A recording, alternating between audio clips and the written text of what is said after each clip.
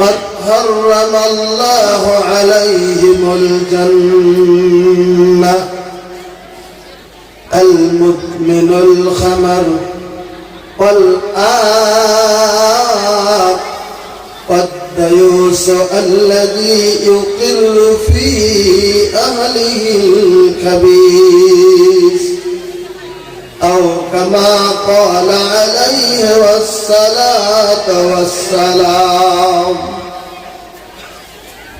وقال النبي صلى الله عليه وسلم بلغوا عني ولو آية وحدثوا عن بني إسرائيل ولا حرج ومن كذب علي متعمدا فليتبوأ مقعده من النار أو كما قال عليه الصلاة والسلام.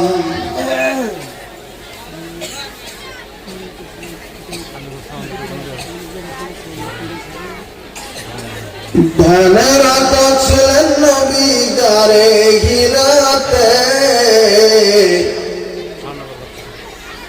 ফরকানে হামিদ নাজিল হলো জিবরিল দ্বারাতে।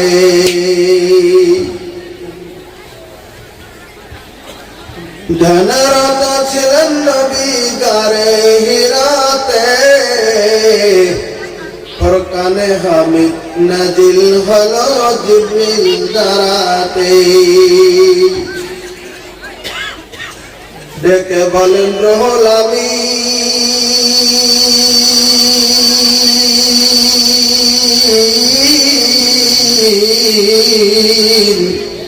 ইকরা বলে দিলেন তালিম। নবী বলেন উম্মি আমি, নবী বলেন উম্মি আমি জানি না পড়িতে, ফরকানে হামিদ নাজিল হলো জিবরিল দ্বারাতে। ধ্যানরত ছিলেন নবী গারে হিরাতে, ফরকানে হামিদ নাজিল হলো জিবরিল দ্বারাতে। জিব্রাইলের হাত খানা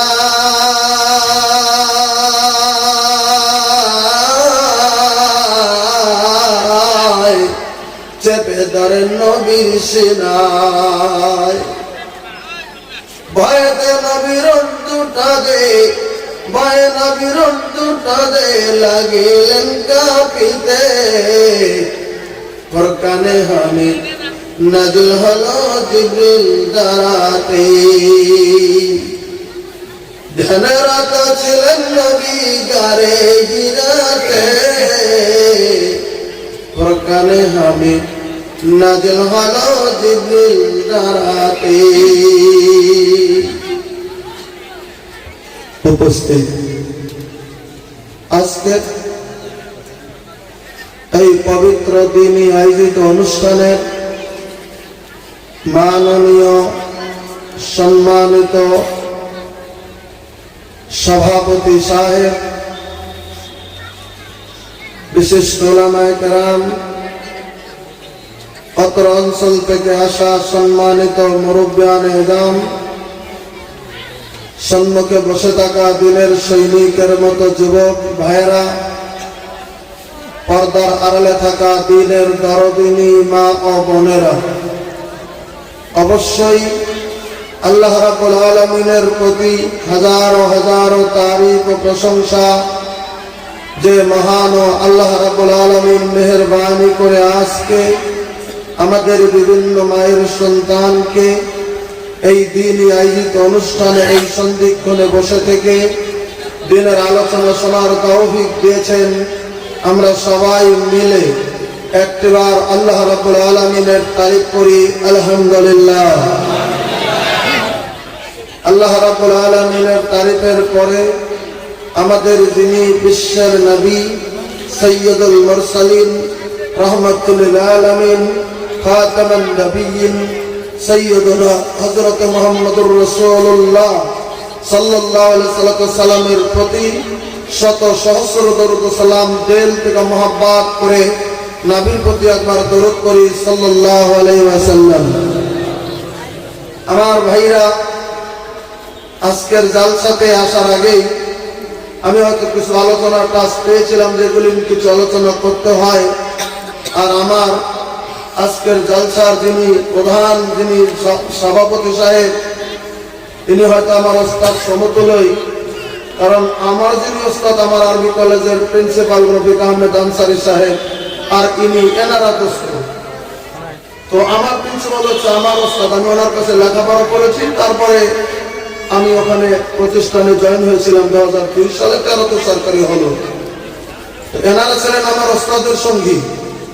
সেই হিসাবে আমি লেখাপড়া না করলেও আমার ওস্তাদের বন্ধু হিসাবে আমার ওস্তাদ সমতলের সভাপতি আজকে যে নির্দেশনাটা দিয়েছেন, আমি অক্ষরে অক্ষরে সভাপতির নির্দেশ পালনার্থে আমি আমার আলোচনা, দুটি বিষয় আলোচনা কিছু হালকা দিয়ে তারপরে একটা উদ্দেশ্য আছে। আপনারা জানেন যে মসজিদ কেন্দ্রিক জালসা, সেটা অবশ্যই আলোচনা এগিয়ে যাওয়ার চেষ্টা করব। আমা তাওফিকি ইল্লা বিল্লাহ। তবে আপনাদের কাছে আমার বিশেষ অনুরোধ, একটা অনুরোধ থাকবে। এখন হয়তো 10টা বাজতে চলছে। আমরা আগে সিদ্ধান্ত নিয়েছিলাম যে 11:30টার দিকে হয়তো সভা শেষ, হয়তো বেকারে করে এদিকে সময় একটু কেটে যাওয়ার জন্যে হয়তো চেষ্টা করবো আমরা 12টায় মোনাজাত করা। 5-10 মিনিট এদিক ওদিক হঠাৎ কম বেশি হতে পারে, তবে আমরা চেষ্টা চালিয়ে যাবো। এই জন্যে বেশি রাত্রি করলে আমাদের ফজর নামাজের প্রবলেম হয়ে যায় সবারই। আবার রাত্রে যারা হয়তো একটু নামাজ পড়েন, রাত্রের নফল, তাদেরও কষ্ট হয়। এজন্য খুব রাত্রে এগিয়ে যাব না। তবে অন্তত যদি আজকে একটা কারণ আপনারা জানেন, তাবলিগ মুভমেন্টের লোক আজকে সারা বিশ্বে বিভিন্ন জায়গাতে খুব উচ্চ আশঙ্কা ভাবে চলছে, যেটা জামাতে তাবলিগ। তার কারণটা জানেন কেন ওখানে অত সংযুক্ত, অত বরকত, কেন অত রহমত, কেন অত লোক? কারণ সেখানে মাশওয়ারা প্রথম দিকে করা হয়। আর যেখানে মাশওয়ারার আন্ডারে প্রত্যেকটা জিনিস চলে, সেখানে আল্লাহর বরকত হয়। আল্লাহ নবী সাল্লাল্লাহু আলাইহি ওয়াসাল্লাম যে কোনো জায়গাতে যেতেন, মাশওয়ারা করে যেতেন, আমির বানিয়ে দিতেন, তার নির্দেশে সমস্ত কিছু চলা হতো। তো আজকে হয়তো জালসা যদিও মাশওয়ারা হয়েছে আগে। আবার আপনাদের কাছে একটু কথা বলতে চাই যে যদি আজকের জালসাটা এখন থেকে 1.5 ঘন্টা চলাবে, 1 ঘন্টা চলে 11টা, 1.5 ঘন্টা চলে 11:30, যদি হঠাৎ 2 ঘন্টা চলে তো 12। আপনারা কোনটা নিতে চান একটু আইডিয়া দিলে সেই হিসাবে আমি এগিয়ে যাব। আমরা তো 12, 11:30, 12। আচ্ছা 12। আচ্ছা, আপনাদের পরামর্শ মত আমাদের সভাপতি সাহেব আছেন ইনশাআল্লাহ। যদি 11:30টা বা 12টা পর্যন্ত জালসা চলে, আমরা থাকবো তো ইনশাআল্লাহ। সর্বপ্রথম আল্লাহর কাছে সাক্ষী করে আমরা একটু হাত তুলে নিয়ে আমরা কে কে থাকবো 12টা পর্যন্ত?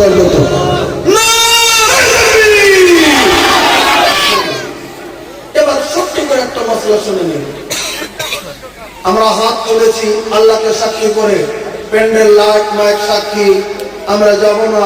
আলোচনা হবে দিন সম্পর্কে, আলোচনা হবে মসজিদ সম্পর্কে, আলোচনা হবে মহিলা সম্পর্কে, আলোচনা হবে যুব চামের কিছু আচরণ সম্পর্কে। তা আমরা ইনশাআল্লাহ শুনবো, আমল করব, এই নিয়ে আমরা এসেছি।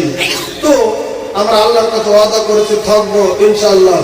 ছোট্ট একটা মাসলা আগে শুনে নেন, তারপরে আমি ভূমিকা শুরু করছি।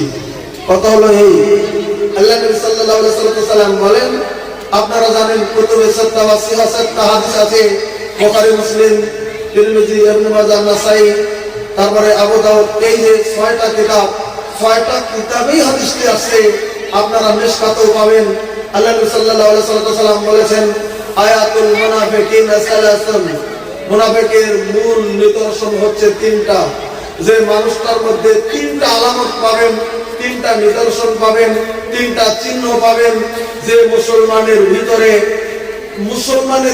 অন্য জাত তো মুনাফিক হবে না, অন্য জাত তারা হয়তো অন্য হবে, সেটার নাম আলাদা, আমরা সেটা আলোচনা এগিয়ে যাব না। কিন্তু মুসলিমের ভিতরে হবে মুনাফিক। তাহলে মুসলিমের ভিতরে যদি মুনাফিক হয়, আল্লাহ সাল্লাল্লাহু আলাইহি ওয়াসাল্লাম বলেছেন, আয়াতুল মুনাফিকিনা সালাসুন, মুনাফিকের নিদর্শন হচ্ছে 3টি। 1 নম্বর আলামত হলো ইজা হাদাসা কাযাবা, যারা মুনাফিক মুসলমান তারা কথায় কথায় মিথ্যে কথা বলবে, সকালে মিথ্যে বলবে, দুপুরে মিথ্যা বলবে, সন্ধ্যাবেলা মিথ্যা বলবে, রাত্রিতে মিথ্যা বলবে, মিথ্যার বাজার পৃথিবীতে তারা চালু করবে।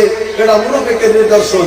নাম্বার 2, ওয়াইজা ওয়াদা ওয়াকলাফা, পৃথিবীর জমিনে ওয়াদা করার পরেই বিনা কারণে খেলাপ করবে। কথাটা খুব গুরুত্ব দেবেন। ওয়াদা করবে আর বিনা কারণে খেলাপ করবে ওয়াদা। তাহলে বিনা কারণে ওয়াদা খেলাপকারী মুসলমান হচ্ছে এই পৃথিবীর জমিনের ভিতরে মুনাফিক মুসলমান। নাম্বার 3, ওয়াইজা তুমিনা খানা, যারা পৃথিবীর জমিনে আমানতের খেয়ানত করে তারা হচ্ছে পৃথিবীর জমিনে মুনাফিক। আর আল্লাহ কোরআনে বলেছেন যারা পৃথিবীর জমিনের ভিতরে মুনাফিক, ইন্নাল মুনাফিকিনা ফিদ দারকিল আসফালি মিনান নার, মুনাফিক পৃথিবীর জমিনে জাহান্নাম যেটা আছে সেটা আলাদা ব্যাপার। জাহান্নামের যেটা নিম্ন জাহান্নামের স্তর, জাহান্নামের ভিতরে স্তর আছে, জাহান্নামের ভিতরে যেটা নিম্ন অংশ করে নিম্ন স্তর জাহান্নামের বত্তার জাহান্নামে মুনাফিকরা ঢুকবে। কাজে গতিকে আজকে যদি ওয়াদা করেছি ওয়াদাটা খেলাপ না করে একটু কষ্ট হবে ভাই, পেশাব পায়খানা বাদ দিয়ে আমরা ইনশাআল্লাহ থাকার চেষ্টা করবো ইনশাআল্লাহ। এবার আসুন আমার ভাইরা, আমরা আলোচনা এগিয়ে নিয়ে যাব। সর্বপ্রথম আমরা মুসলিম, আল্লাহ রাব্বুল আলামিন আমাদের জন্য পবিত্র কোরআনে কারিমের ভিতরে বলে দিয়েছেন, আজকে যেমন আমরা হাজার জনতা এখানে জড়ো হয়ে গেছি, আল্লাহ রাব্বুল আলামিন পবিত্র কোরআনে 114টি সূরা নাযিল করেছেন। 114টি সূরার ভিতরে আল্লাহ রাব্বুল আলামিন একটি সূরা 51 নম্বর সূরা 55 নম্বর আয়াতে, সূরার নাম সূরাতুজ জারিয়া, ওই সূরার ভিতরে আল্লাহ রাব্বুল আলামিন আমাদের জন্য আল্লাহ রাব্বুল আলামিনের নবীকে একটা নির্দেশ দিয়ে দিয়েছিলেন। আল্লাহ রাব্বুল আলামিন বলে দিলেন নবীকে, ওগো আমার নবী, আমি আপনাকে বলে দিচ্ছি ওয়াযাক্কির, একটা শব্দ আল্লাহ বলে দিলেন, নবী গো পৃথিবীর মানুষের কাছে আপনি দিনের কথাগুলি পৃথিবীর জমিনে বয়ান করেন।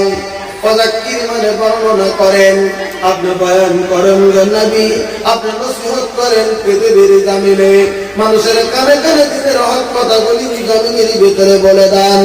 পৃথিবীর জমিনে কোনটা হালাল কোনটা হারাম আপনি পৃথিবীর জমিনের ভিতরে বলে দেন গো নবী আমার। নবী গো নবী, জাহান্নামের বয়ানগুলি আপনি করে দেন, জান্নাতের বয়ানগুলি করে দেন, পৃথিবীতে মানুষ চলবে কেমন করে কথাগুলি বলে দেন। নবী গো মানুষ মরার পরে কবর যখন যাবে কবরের অবস্থাটা কেমন হয়ে যাবে এই কথাগুলি খুলে খুলে খুলে খুলে বলে দেন। দরজার নবীজি গো কঠিন কিয়ামতের দিনের অবস্থা, সেদিন মানুষের কেমন হয়ে যাবে এই কথাগুলি আপনি বলে দেন। মানুষ যদি জান্নাতের ভিতরে চলে যেতে পারে জান্নাতের কি শুল্ক আপনি বলে দেন, আর যদি মানুষ জাহান্নামে যদি চলে যায় জাহান্নামের কি দুর্ভোগ সবই আপনি বলে দেন। এই কথাগুলি আপনি বয়ান করেন। একটা শব্দকে আল্লাহ রাব্বুল আলামিন আল্লাহর নবীকে নির্দেশটা দিয়ে দিয়ে আল্লাহ বললেন, নবী গো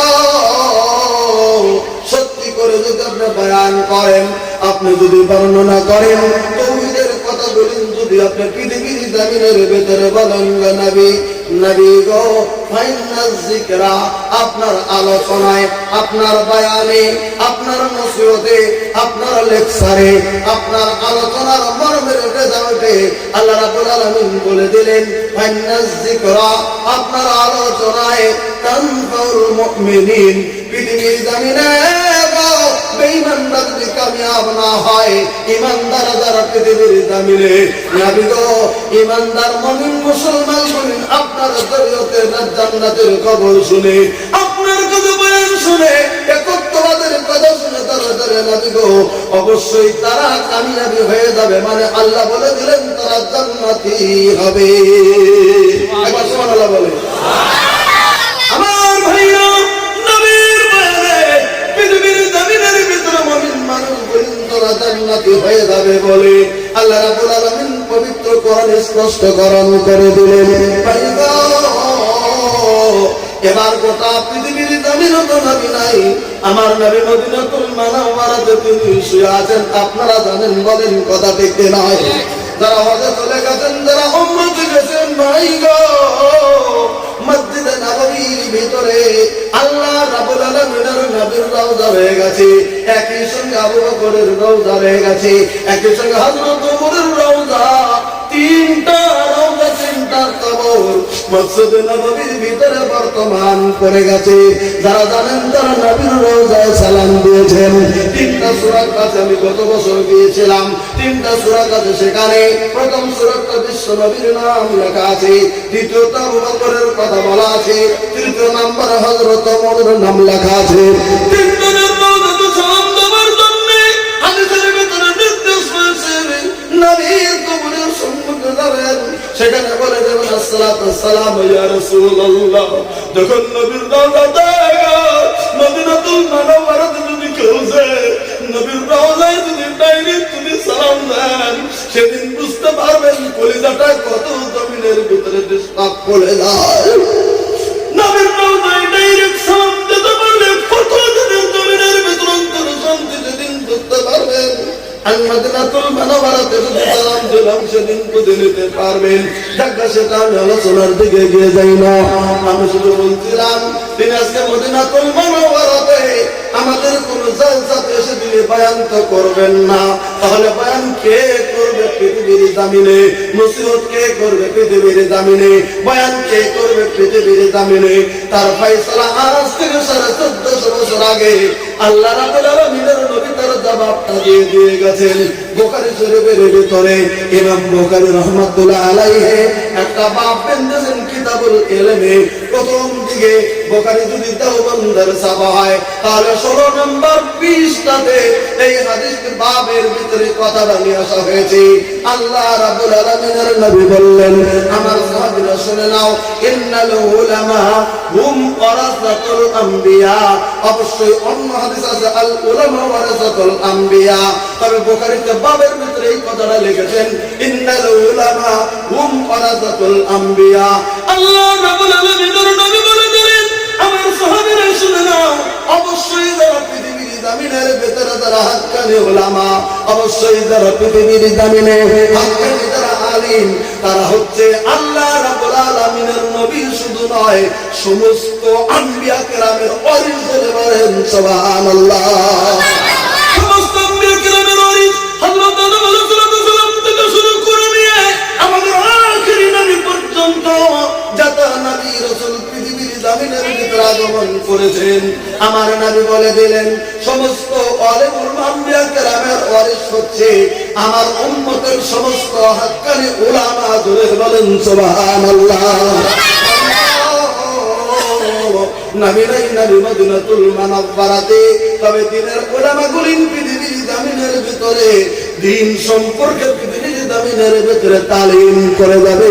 আর আমরা তালিম শুনবো, আর জান্নাতের রাস্তার দিকে পৃথিবীর জামিনের দিকে আমরা এগিয়ে যাব। একটু আগে তো তেলাওয়াত শুনছেন, কত সুন্দর তেলাওয়াত করেছিলেন।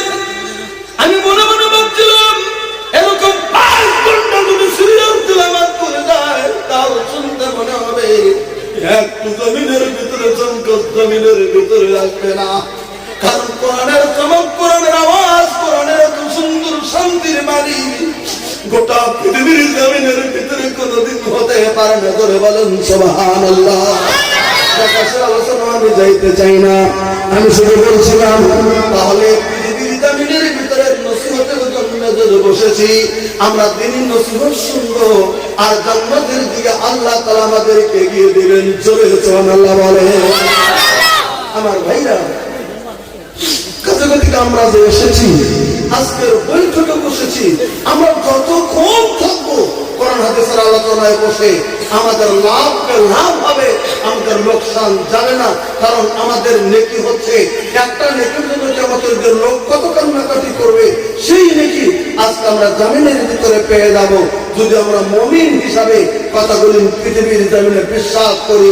আর যাদের দিলের ভিতরে নড়র বড় আছে, ইমানের তাজাল্লি নাই, ইমানের জোরে নেকি দেখতে হবে, এটা কি ঘর কি অমুক জানো, তাদের সাথে কোনো কথা নাই, তারা কর্মরূপ ভেবে নেবে পৃথিবীর জমিনে তাদের সাথে কথা নাই। তাদের আমরা বুঝতে হবে আমাদের যে না, আমরা স্বীকার করে নিয়েছি আল্লাহ রাব্বুল আলামিনের দ্বীনকে।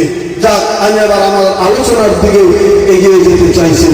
আমার ভাইরা, আল্লাহ রাব্বুল আলামিন পবিত্র কোরআনে আম্মা পারার প্রথম সূরা, যেটা হচ্ছে আপনারা জানেন কোরআনের সিরিয়াল বিন্যাস করলে কোরআনে কারিমের ভিতরে ৭৮ নম্বর সূরা, সূরার নাম সূরাতুন নাবা। আপনারা জানেন সূরা নাবা যে সূরাটা আম্মা ইয়াতাসালুন, অনেক সময় আপনারা ফজরের নামাজে ইমাম সাহেবরা পড়ে থাকেন একটু লম্বা করে সূরা আম্মা ইয়াতাসালুন, সূরা নাবা যে নামাজ অনেকেই পড়ে শুনেছেন। এই সূরার ৮ নম্বরে আল্লাহ রাব্বুল আলামিন একটা কথা বললেন, প্রশ্ন করেন কি বলেছেন? আল্লাহ বললেন وَخَلَقْنَاكُمْ أَزْوَاجًا। আল্লাহ রাব্বুল আলামিন বলে দিলেন, পৃথিবীর মানুষরা তোমরা শুনে নাও, আমি আল্লাহ রাব্বুল আলামিন তোমাদেরকে এই পৃথিবীর জমিনের ভিতরে জোড়া করে সৃষ্টি করেছি। সুবহানাল্লাহ জোরে বলেন। আমাদেরকে জোড়া করেছেন। আমরা পৃথিবীর জমিনের ভিতরে পুরুষ আর পৃথিবীর জমিনের ভিতরে মহিলা, দুটি জোড়া জাত, জমিনের ভিতরে পুরুষ এবং মহিলা। তার মানে নর নারী শুধু মানুষের ক্ষেত্র নয়, প্রত্যেকটা জানোয়ারের ভিতরে মখলুকাতের ভিতরে নর নারী রয়েছে। গরুর ভিতরে যেমন রয়েছে, হাতির ভিতরে যেমন রয়েছে, গাছের ভিতরে যেমন রয়েছে, পশু পাখির ভিতরে রয়েছে, ওরকম করে পুরুষ এবং মহিলা জাতকে আল্লাহ রাব্বুল আলামিন জোড়া করে সৃষ্টি করেছেন। তার ভিতরে আমরা জামিনের ভিতরে একটা হলাম মানুষ, আমাদের আল্লাহ রাব্বুল আলামিন জোড়া করেছেন। একটি হলো পুরুষ আর একটি জামিনের ভিতরে হচ্ছে মা জাতি মহিলা।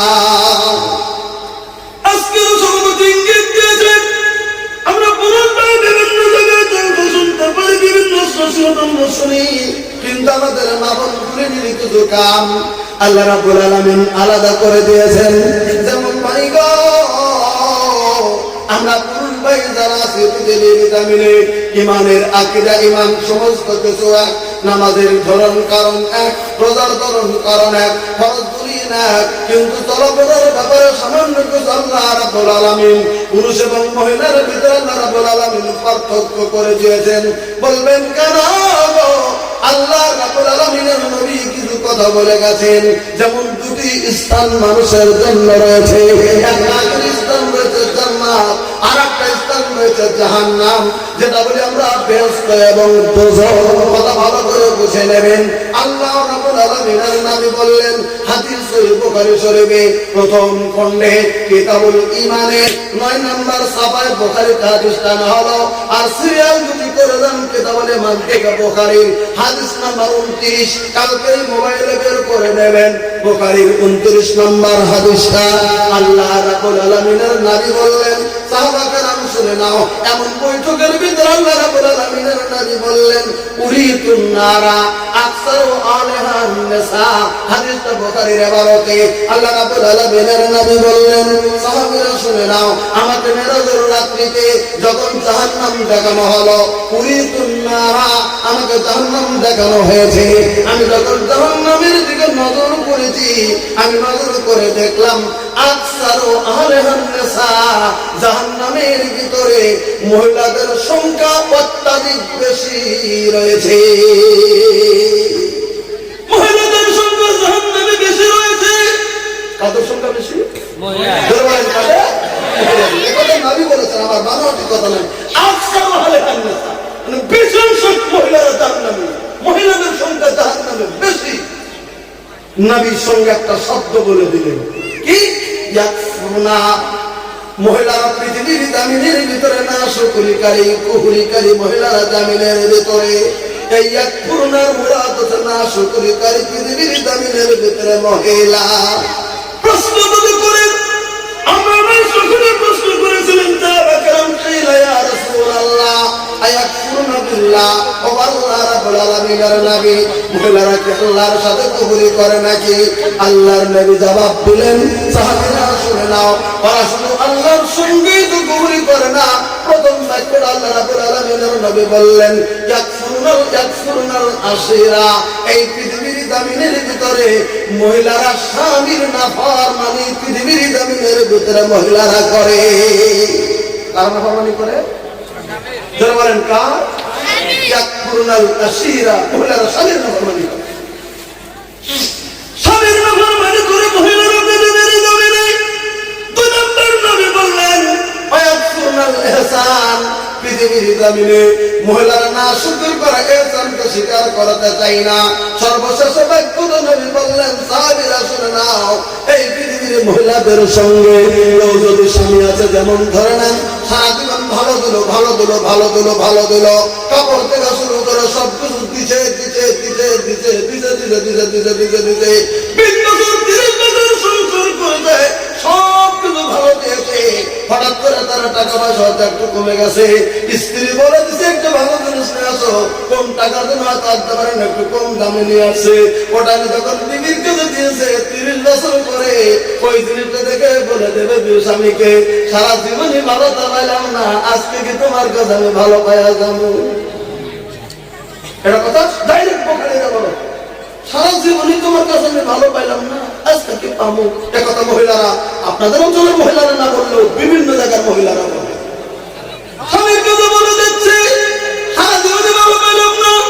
হুজুরে জিজ্ঞাসা করেন বুখারী শরীফের ভিতরে একটা হাদিস আছে, 11 মেয়ের কাহিনী আল্লাহর নবী সাল্লাল্লাহু আলাইহি ওয়াসাল্লাম একদিন বর্ণনা করলেন। এখনো যদি আমাদের মামঙ্গ সোনা দিয়ে যদি ঢেকে দেন, তাহলে তার এক বয়সে জিজ্ঞাসা করে বুড়ে তার খবর কি, সব ঠিক আছে কিন্তু আমার সুখ নাই, আমার সুখ নাই। সব কিছু দিচ্ছেন কিন্তু তাও স্বামী যদি তোর বাপ মাকে নিয়ে পরিবারকে নিয়ে একসঙ্গে যদি খেতে চায়, ওটাই পৃথিবীর জমিনে বড় সভা হয়ে যায়। কোন কথা দেখে না, আপনাদের এলাকার কথা বলে এখনকার মেয়ে আমি ভালোবাসা সবাই। আমার ভাইয়েরা শুনলেন আল্লাহ রাব্বুল আলামিনের নবী বলেন সুরাল ইহসান, মহিলারা জমিনের ভিতরে জানেন না শুকর করতে, জমিনের ভিতরে মহিলারা পাকা। ওই জন্য আল্লাহ রাব্বুল আলামিনের নবী বললেন মহিলারা বেশি জাহান্নামের ভিতরে মহিলারা জ্বলবে। অসুবিধা নাই, জুততে দেন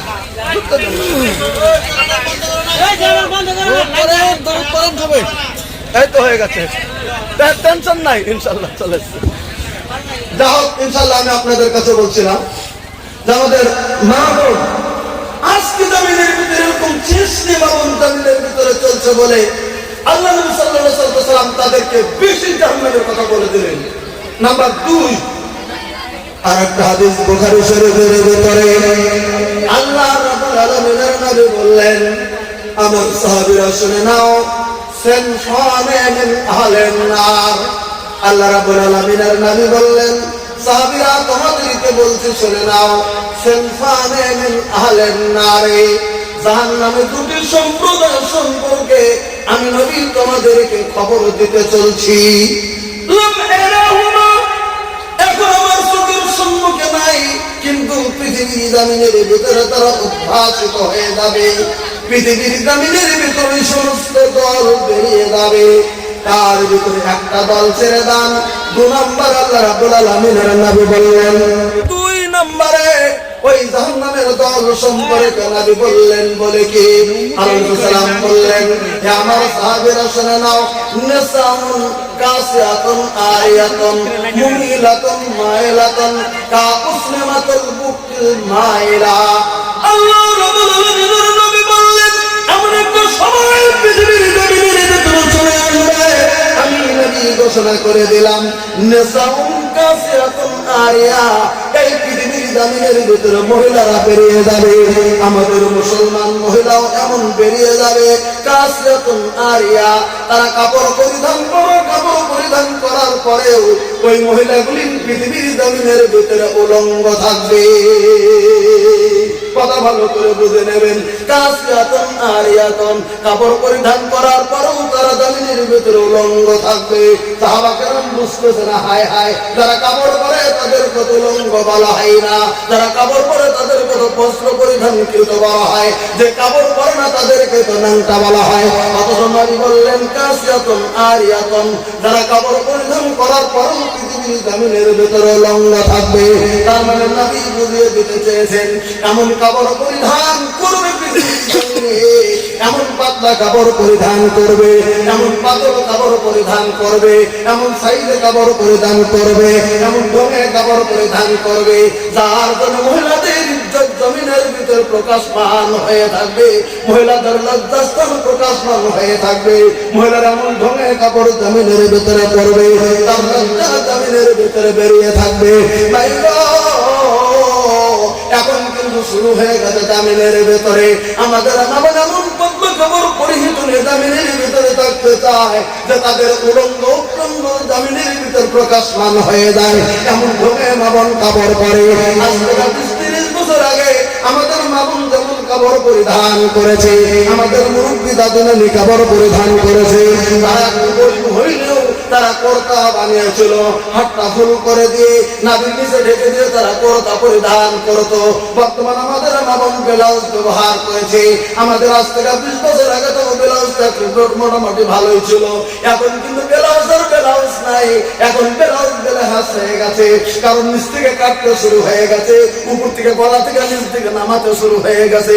এখন মোটামুটি 2 আঙ্গুল 4 আঙ্গুল আছে, এটার নাম বেলাহাস বর্তমান জামিনে চলতে বলেন, কথা দেখে নয়। এখন আর বলো ব্লাউজ জামিনের ভিতর নাই, চলে না, দোকানদারের কাছেও নাই, কারণ কোম্পানি জানে বারোকেরা বাড়ালে কোন নিব না, ওই জন্য যত ছোট তত চলে, অতই ছোট শুরু হয়ে গেছে। খালি বর্তমান ওই ব্লাউজ পরে কাপড় তুমি শরীর কাপড় পরেছো, রাস্তার ভেতরে তুমি বেরিয়ে গেলে, তুমি একটা মামুন তুমি রাস্তায় বেরিয়ে গেলে। আপনাদের এখানে আছে কিনা জানি না, আমাদের ওখানে আছে। আমাদের মামুনিদের ভাটায় অজস্র মানুষ বর্তমান বেহাবেলার মতো ব্যাপারটায় চলে যাচ্ছে, ধান কাটার কামে চলে যাচ্ছে, ধান কাটার কামে চলে যাচ্ছে। তোমাদেরকে একটু করতে বলছি, তুমি কেমন পুরুষ পৃথিবীর জানি না। আজকে তো বললেন তুমি চাকরি করো বলে তুমি বড় কথা তুমি বলে গেছো। কি একটা কথা বলে দেন, আপনাদের কাছে বলছি। বুখারী শরীফের প্রথম হাদিস রয়েছে মিশকাতে প্রথমে, ইন্নামাল আমালু বিন্নিয়াহ। আল্লাহ রাব্বুল আলামিনের নবী বললেন তোমার আমলটা তার গুণের তোমার নিয়তের উপর নির্ভর করে। তুমি যদি মনে যদি কাও আমি বিয়ে করেছি বউটাকে ইটের ভাটায় লাগিয়ে দেবো, তোমার তখন ইটের ভাটায় না গেলে তোমার বাড়িতে আল্লাহ রুজি জুটিয়ে দেবে না। তুমি যেদিন বিবাহ করবে সেদিন যদি তুমি কল্পনা করো, সেদিন যদি তুমি প্রতিজ্ঞা করে নাও আমি যদি মরে যাই পৃথিবীতে না খেয়ে মরে যাবো, আমার বউকে জীবন ইটের ভাটায় দেবো না। দেখবা তোমার ইটের ভাটায় দেওয়ার আগে তোমার বাড়িতে আল্লাহ রেজে পৌঁছে দিয়েছে।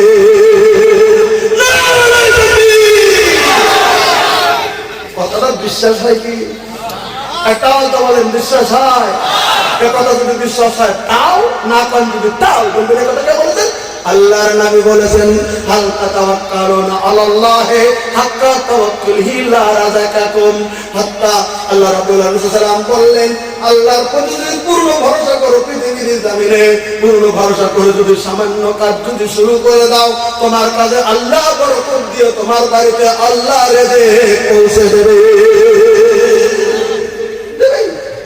কিন্তু একটু চাইতে তো হবে, আল্লাহর কাছে একটু চাইতে হবে। না চাইলেও পাওয়া যায়, আল্লাহ তাকে পছন্দ করে দিয়ে দেয়, তবে চাইতে তো হবে। কখন চাইবেন, কেমন করে চাইবেন, কখন চাইলে আল্লাহ দেয়, কেমন করে চাইলে দেয়, আপনাকে আমি ইটা শিক্ষা দিচ্ছি, কানুনটা শিক্ষা দিচ্ছি, ভালো করে শুনে নেন। বুখারী শরীফের ভিতরে একটা হাদিস এসেছে, খুব ভালো করে শুনবেন। বুখারী শরীফের ভিতরে হাদিস এসেছে, আল্লাহ রাব্বুল আলামিন সাল্লাল্লাহু বললেন ইন্নাল্লাহ তাবারাকা ওয়া তাআলা ইয়ানজিলু ইলাস সামাa'id দুনিয়া হিনা ইয়াবকা মিন সুলুসাল লাইলিল আখির। বাইগা আল্লাহ রাব্বুল আলামিনের নবী বললেন সাহাবীরা তোমরা শুনে নাও পৃথিবীর জমিনের ভিতরে ইন্নাল্লাহ তাবারাকা ওয়া তাআলা, অবশ্যই আমাদের যিনি মহান সৃষ্টিকর্তা মহান আল্লাহ, ইয়ানজিলু তাবারাকা ওয়া তাআলা, আল্লাহ রাব্বুল আলামিন নাযিল হয়ে যায়, আল্লাহ তাআলা নাযিল হয়ে যায়, আল্লাহ তাআলা নিচে নেমে আসে। বলবেন কখন, কোথায় নিচে নেমে আসে? বলে কি আল্লাহ রাব্বুল আলামিন বললেন ইলাস সামাa'id দুনিয়া, এই যে প্রথম আসমানটা দেখতেছি এটা হলো প্রথম আসমান। আল্লাহ যখন আসমান বানাইলেন, প্রথম আসমান বানানোর পরে এরকম করে আল্লাহ প্রথম আসমানের মতো করে 7 আসমান বানিয়েছে। জোরে একবার সুবহানাল্লাহ বলেন। আসমান কয়টা আছে ভাই? এরকম 7টা আসমান আছে। এটা হচ্ছে দুনিয়ার আসমান। প্রথম আসমান যেটা থেকে সূর্য চন্দ্র নক্ষত্র যেখানে দেখছি, এটা হচ্ছে প্রথম আসমান আল্লাহ তাআলা বানিয়ে দিয়েছেন। এরকম 7টা আসমান আছে। তার উপর আল্লাহ রাব্বুল আলামিনের আরশ আছে। আল্লাহ রাব্বুল আলামিনের আরশের ভিতরে আল্লাহ রাব্বুল আলামিন 70,000 নূরের পর্দা দিয়ে ঘেরার ভিতরে আল্লাহ রাব্বুল আলামিনের সমীচীন রয়েছে। এটা আমাদের শুধু ঈমানটা রাখতে হবে আল্লাহ রাব্বুল আলামিন সম্পর্কে। আল্লাহর আকার ধারণা করা যাবে না যে আল্লাহর আকার রয়ে গেছে। শুধু ধারণা এতটুকু করতে হবে আল্লাহ আছেন, সমীচীন আছেন, যেমন নবী বলেছেন, আল্লাহ বলেছেন, সেই কথার উপর আমাদের ঈমানটা রাখতে হবে। আল্লাহ রাব্বুল আলামিন তার মতো করে সে কুদরতি ভাবে তিনি আরশের ভিতরে রয়েছেন। সুবহানাল্লাহ জোরে বলেন। আল্লাহ রাব্বুল আলামিন রয়েছেন। আল্লাহ রাব্বুল আলামিনের নবী বলেন, ইয়ানজিলু তাবারাকা ওয়া তাআলা ইলা সামাইদ দুনিয়া হিনা ইয়াকামিল সুলুসাল লাইলিল আখির কুল্লু লাইলা। প্রত্যেকটা রাত্রি যখন পৃথিবীর জমিনের ভিতরে শেষ রাত্রিটা হয়ে যায়, একটা রাত্রে 3টা ভাগ করে নেবেন। একটা রাত্রিকে 3টা ভাগ করবেন। 3টা ভাগ করার পরে 2 ভাগ ছেটে দেবেন, একটা ভাগ রেখে দেবেন। তাহলে তামাম রাত্রির 2 ভাগ যদি ফেলে দেন, 1 ভাগ যদি রেখে দেন, ওই ভাগটাকে আমরা বলি শেষ রাত্রি। বলেন কথা ঠিক নয়? আল্লাহ রাব্বুল আলামিনের নবী বলেন, হিনা ইয়াকামিল সুলুসাল লাইলিল আখির, 2-3 ভাগের শেষের যখন চলে আসে গো, আল্লাহ রাব্বুল আলামিন নিজে আরশ থেকে এই প্রথম আসমানের ভিতরে নাযিল হয়ে যায়। জোরে একবার সুবহানাল্লাহ বলেন। প্রথম আসমানে নাযিল হয়ে আল্লাহ রাব্বুল আলামিন 3টা বাক্য নিজের কুদরতি কণ্ঠস্বরে আল্লাহ রাব্বুল আলামিন বলে থাকে। কয়টা বাক্য বলেন বললাম? প্রথম বাক্যটা আল্লাহ রাব্বুল আলামিন বলেন, আলামিন মুস্তাগফিরিন ফাগফির আলা। আল্লাহ রাব্বুল আলামিন বলেন, ওহে পৃথিবীর বান্দারা, কে আছো পৃথিবীর বান্দারা? পৃথিবীর জমিনের ভিতরে গুনাহ করতে করতে করতে করতে গুনার সাগরের ভিতরে হাবুডুবু কাঁপছো। দিনে গুনাহ করেছো, রাত্রে গুনাহ করেছো, সকালে গুনাহ করেছো, বিকালে গুনাহ করেছো, চলতে গুনাহ করেছো, বসে গুনাহ করেছো। কে আছো গো কোন গুনাহগার বান্দা এই পৃথিবীর জমিনে? আমার কাছে যদি জীবনের গুনাহ মাফ পাওয়ার বললে, এই মুহূর্তে শেষ রাত্রিতে তুমি যদি তোমার ঘুম থেকে উঠিয়া সুন্দর করে একটু মেশাকটা যদি ঘষা দেওয়ার পরে তোমার হাত তুমি পুরো করার পরে মেশাকটা তুমি একটু দাঁতের বুকের ভেতরে লাগে, তুমি একটু সুন্দর করে উজু করো, ঠান্ডা পানি আর গরম পানি হোক না কেন, সুন্দর করে তুমি উজু করে নিয়ে ওই শেষ রাত্রিতে পৃথিবীর সবাই বিছানার ভিতরে ঘুমিয়ে গেছে, ওই মুহূর্তে তুমি বিছানা থেকে উঠে তুমি 2 রাকাত অন্তত নফল নামাজের ভিতরে তুমি দাঁড়িয়ে যাও। 8 রাকাত তাহাজ্জুদের নামাজ পড়ো আর না পড়ো, অন্তত 2 রাকাত নফল নামাজের ভিতরে তুমি দাঁড়িয়ে যাও। 2 রাকাত নফল নামাজ তুমি পড়ার পরে তোমার দিল খুলে দিয়ে হাত তুমি তুলে দাও মহান প্রভুর দিকে। আল্লাহ রাব্বুল আলামিন বলেন, বান্দারে ওই শাস্ত্রের জামিলা ডাক করে দিবি, আলামিন মুস্তাগফিরিন ফাগফির আলাহা। কে আসো গো গুনাহগার বান্দা, আমার কাছে জীবনের গুনাহ মাফ করে ওয়ালা, আমার কাছে জীবনের গুনাহ মাফ চাও গো। এই শাস্ত্রের জামিলা আল্লাহ রাব্বুল আলামিন তোমার तमाम জীবনের গুনাহ মাফ করে দেব। এটা আল্লাহ রাব্বুল আলামিনের প্রথম বাক্য। 2 নাম্বার বলে থাকেন আল্লাহ, আলামিন মুস্তারজিকিন ফারজুকাহু, পৃথিবীর কে আসো আমার কাছে একটু রিজিক চানে ওয়ালা। পৃথিবীর তোমার 2 দিন পরে তোমার বাড়িতে খাবারের ব্যবস্থা নাই, 3 দিন পরে তোমার বাড়িতে খাবারের ব্যবস্থা নাই, 5 দিন পরে তোমার বাড়িতে খাবারের ব্যবস্থা নাই, 1 মাস পরে তোমার বাড়িতে খাবারের ব্যবস্থা নাই। তুমি পৃথিবীর বিভিন্ন জায়গার কথা তুমি চিন্তা করছো বান্দা, কিন্তু তুমি আমি তোমার মান সত্তা, তোমার মার পেটের ভিতরে তোমাকে আমি আল্লাহ রাব্বুল আলামিন সৃষ্টি করেছি, তোমাকে জন্ম দিয়েছি মার পেটের ভিতরে থেকে পৃথিবীর জমিনের ভিতরে তুমি এসেছো। তোমার মায়ের পেটের ভিতরে তোমার রিজকের ব্যবস্থা করেছিলাম, মার পেটের থেকে যখন পৃথিবীতে তুমি চলে এসেছো তখন আমি আল্লাহ তাআলা তোমার রিজকের ব্যবস্থা করেছিলাম। পৃথিবীতে তুমি যতদিন বেঁচে থাকবে তোমার রিজকের ব্যবস্থা আমি আল্লাহ করে দিয়েছি। আমি সমস্ত মখলুকাতের রিজিক আমি আল্লাহ সরবরাহ করি। পিপিলিকার রিজিক আমি আল্লাহ রাব্বুল আলামিন দিয়ে দেই, মাথা কুকুরের রিজিক আমি আল্লাহ রাব্বুল আলামিন দেই, বাইরা পোকার রিজিক আমি আল্লাহ রাব্বুল আলামিন দিয়ে দেই, কোটি কোটি মাছের রিজিক আমি আল্লাহ রাব্বুল আলামিন দিয়ে দেই, কোটি কোটি পশু পাখির রিজিক আমি আল্লাহ রাব্বুল আলামিন দিয়ে দেই, কোটি কোটি মখলুকাতের রিজিক দেই গো। তোমরা আমার মখলুকাত সবল মখলুকাত বান্দারা আমার কাছে তুমি হাত তুলে দাও, আমার কাছে তুমি হালাল রিজিক তুমি চাও। আলামিন মুস্তারজিকিন কেউ আসো গো আমার কাছে রিজিক চাওয়ালা হার দুকা তুমি হাতটা তুলে তো তুমি আমার কাছে চাও, আমি আল্লাহ রাব্বুল আলামিন তোমার রিজকের ব্যবস্থা করে দেব। একবার সুবহানাল্লাহ বলে। আল্লাহর কাছে যদি রিজিক চাই আল্লাহ রাব্বুল আলামিন আমাদের রিজিকের ব্যবস্থা করে দেবে। 3 নম্বর একটা কথা বলেছেন আল্লাহ, আলামিন মুবতিলান ফাকওয়া ফাফিহি কেউ আসগো কোন মুসিবতে তুমি পড়েছো, পৃথিবীর জমিনের ভিতরে কোন মুসিবতের ভিতরে তুমি গ্রেফতার হয়ে গেছো, কোন বেকারের ভিতরে তুমি জমিনের ভিতরে পড়ে গেছো, পৃথিবীর উদ্ধার করার নাই পৃথিবীর জমিনে আমার কাছে তুমি উদ্ধার চাও, আমি আল্লাহ রাব্বুল আলামিন তোমাকে সেই তোমার কথা অনুযায়ী আল্লাহ তোমাকে উদ্ধার করবো। তোর একবার সুবহানাল্লাহ বলে। পৃথিবীতে তার হাজার নমুনা হয়ে গেছে, আল্লাহ অসম্ভবকে কিন্তু তোমার পরিবর্তন আল্লাহ পরিবর্তন করে দিয়ে পৃথিবীর জমিনের ভিতরে সেটা ফুটিয়ে তুলেছে। চলে একবার সুবহানাল্লাহ বলেন।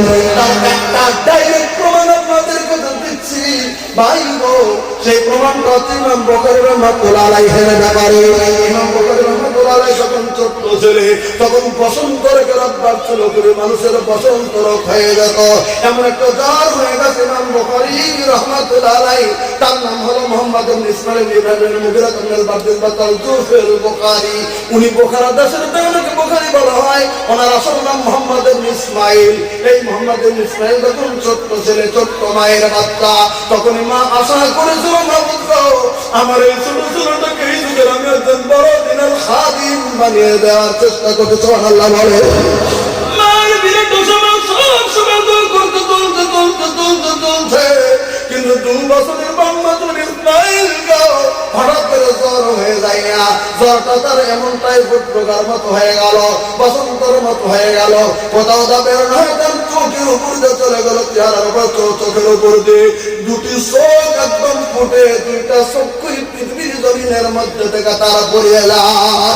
ওই যুগের বড় বড় কবিরাজ ডাক্তার যত ছিল, ইমাম বুখারীর বংশবনিয়াত মিলে এই ছেলেটার ট্রিটমেন্ট করেছিল। ওই যুগের বড় বড় ডাক্তার কবিরাজদের রেজাল্ট দিয়ে দিয়েছে তোমার ছেলের চোখ ফুটে গেছে, এটা জীবনেও সম্ভব নয়, ঠিক হওয়াটা কোনোদিনই সম্ভব নয়। সবাই সারেন্ডার করে দিয়েছে, সবাই জানে ওর জীবনে ঠিক হবে না। ইমাম বুখারীর মা জানে আল্লাহকে নাকি শাস্ত্রে ডাকলে রাব্বুল আলামিন যেন তার উপর বলেন সলভ করে দেয়। ইমাম বুখারী রাহমাতুল্লাহ আলাইহির বাবা মাবুদকে ডাকে ছেড়ে দেয়নি, প্রত্যেকটা রাত্রিতে নামাজ পড়ে, তাহাজ্জুদের নামাজ পড়ে বড় মুনাজাত করে, আল্লাহ গো আমি নাসল করেছি আমার কলিজার টুকরা ছেলেটাকে এই যুগের একদম হাক্কানি আলেম বানিয়ে দেবো। আল্লাহ তোমার আলিমের খাদিম বানিয়ে দেবো জমিনের ভিতরে, তোমার আলিমের খাদিম বানাবো আমি তোমার রাস্তায় দিয়ে দেওয়ার জন্য। আমি আশা করেছি আমার ছেলেটা তুমি সব দিয়ে গেলে আমার ছেলে কেমন করে আলিম হবে, কেমন করে লেখাপড়া করবে, এই মনে ভাব তুমি কান্দাও লাগো। গোটা পৃথিবীর ডাক্তার ফেল হয়ে গেলেও তুমি তো ফেল নও আল্লাহ। এমন করে কান্দে কান্দে কান্দে কান্দে কান্দতেছে কান্দতেছে কান্দতেছে কান্দতেছে, মাসকে মাস চলে যাচ্ছে। সবাই জানে এই ছেলেটার জমিনের ভেতরে তো ফিরে পাবে না। হঠাৎ অনেক একদিন ফজর নামাজ পড়ার পরে ফজরের আগে আগে একটু কাছে ইমাম বুখারীর মা শুয়েছে, হঠাৎ করে স্বপ্নে দেখতেছে একদম বৃদ্ধ লোক হাতে সুন্নতের লাঠি জুব্বা পরে মাথায় পাগড়ি বেঁধে একটা লোক এসে ইমাম বুখারীর মাকে সুন্দর করে সালাম দিয়েছে।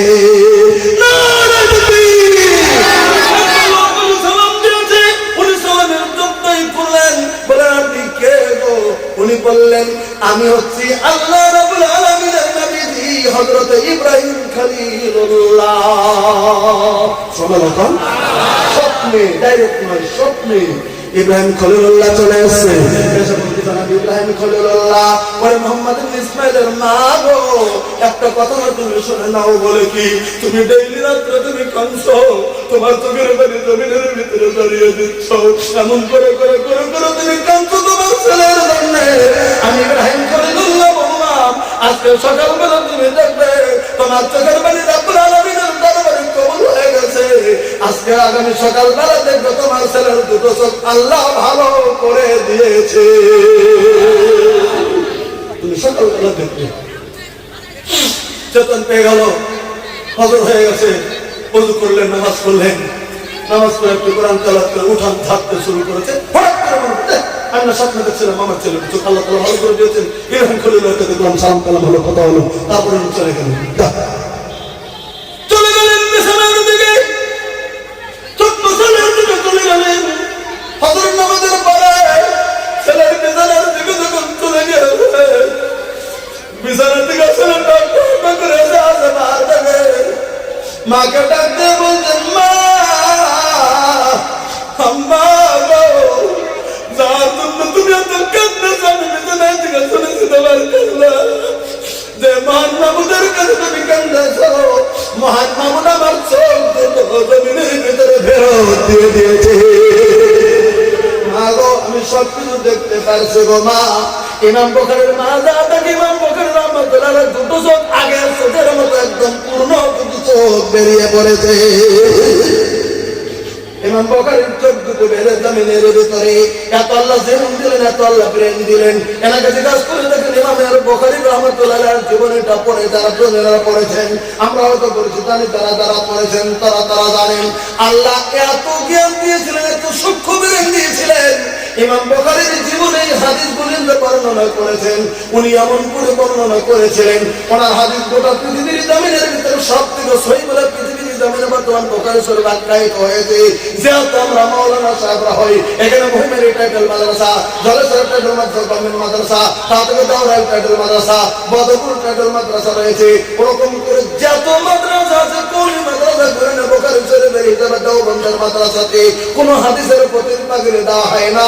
মাওলানা বিভাগে বুখারী ফারিদের পরে বুখারীর নামে পাগড়ি দেওয়া হয়। তার মানে এটা পৃথিবীর জমিনে কোরআনের পরিষ্কার হাদিস। ইমাম বুখারী রাহমাতুল্লাহ আলাইহি ওই তখন তিনি তেমন করে ধরছিল না, এই চন্দ্রের আলোতে তিনি পৃথিবীর জমিনে বসে বসে হাদিস তিনি লিখেছে।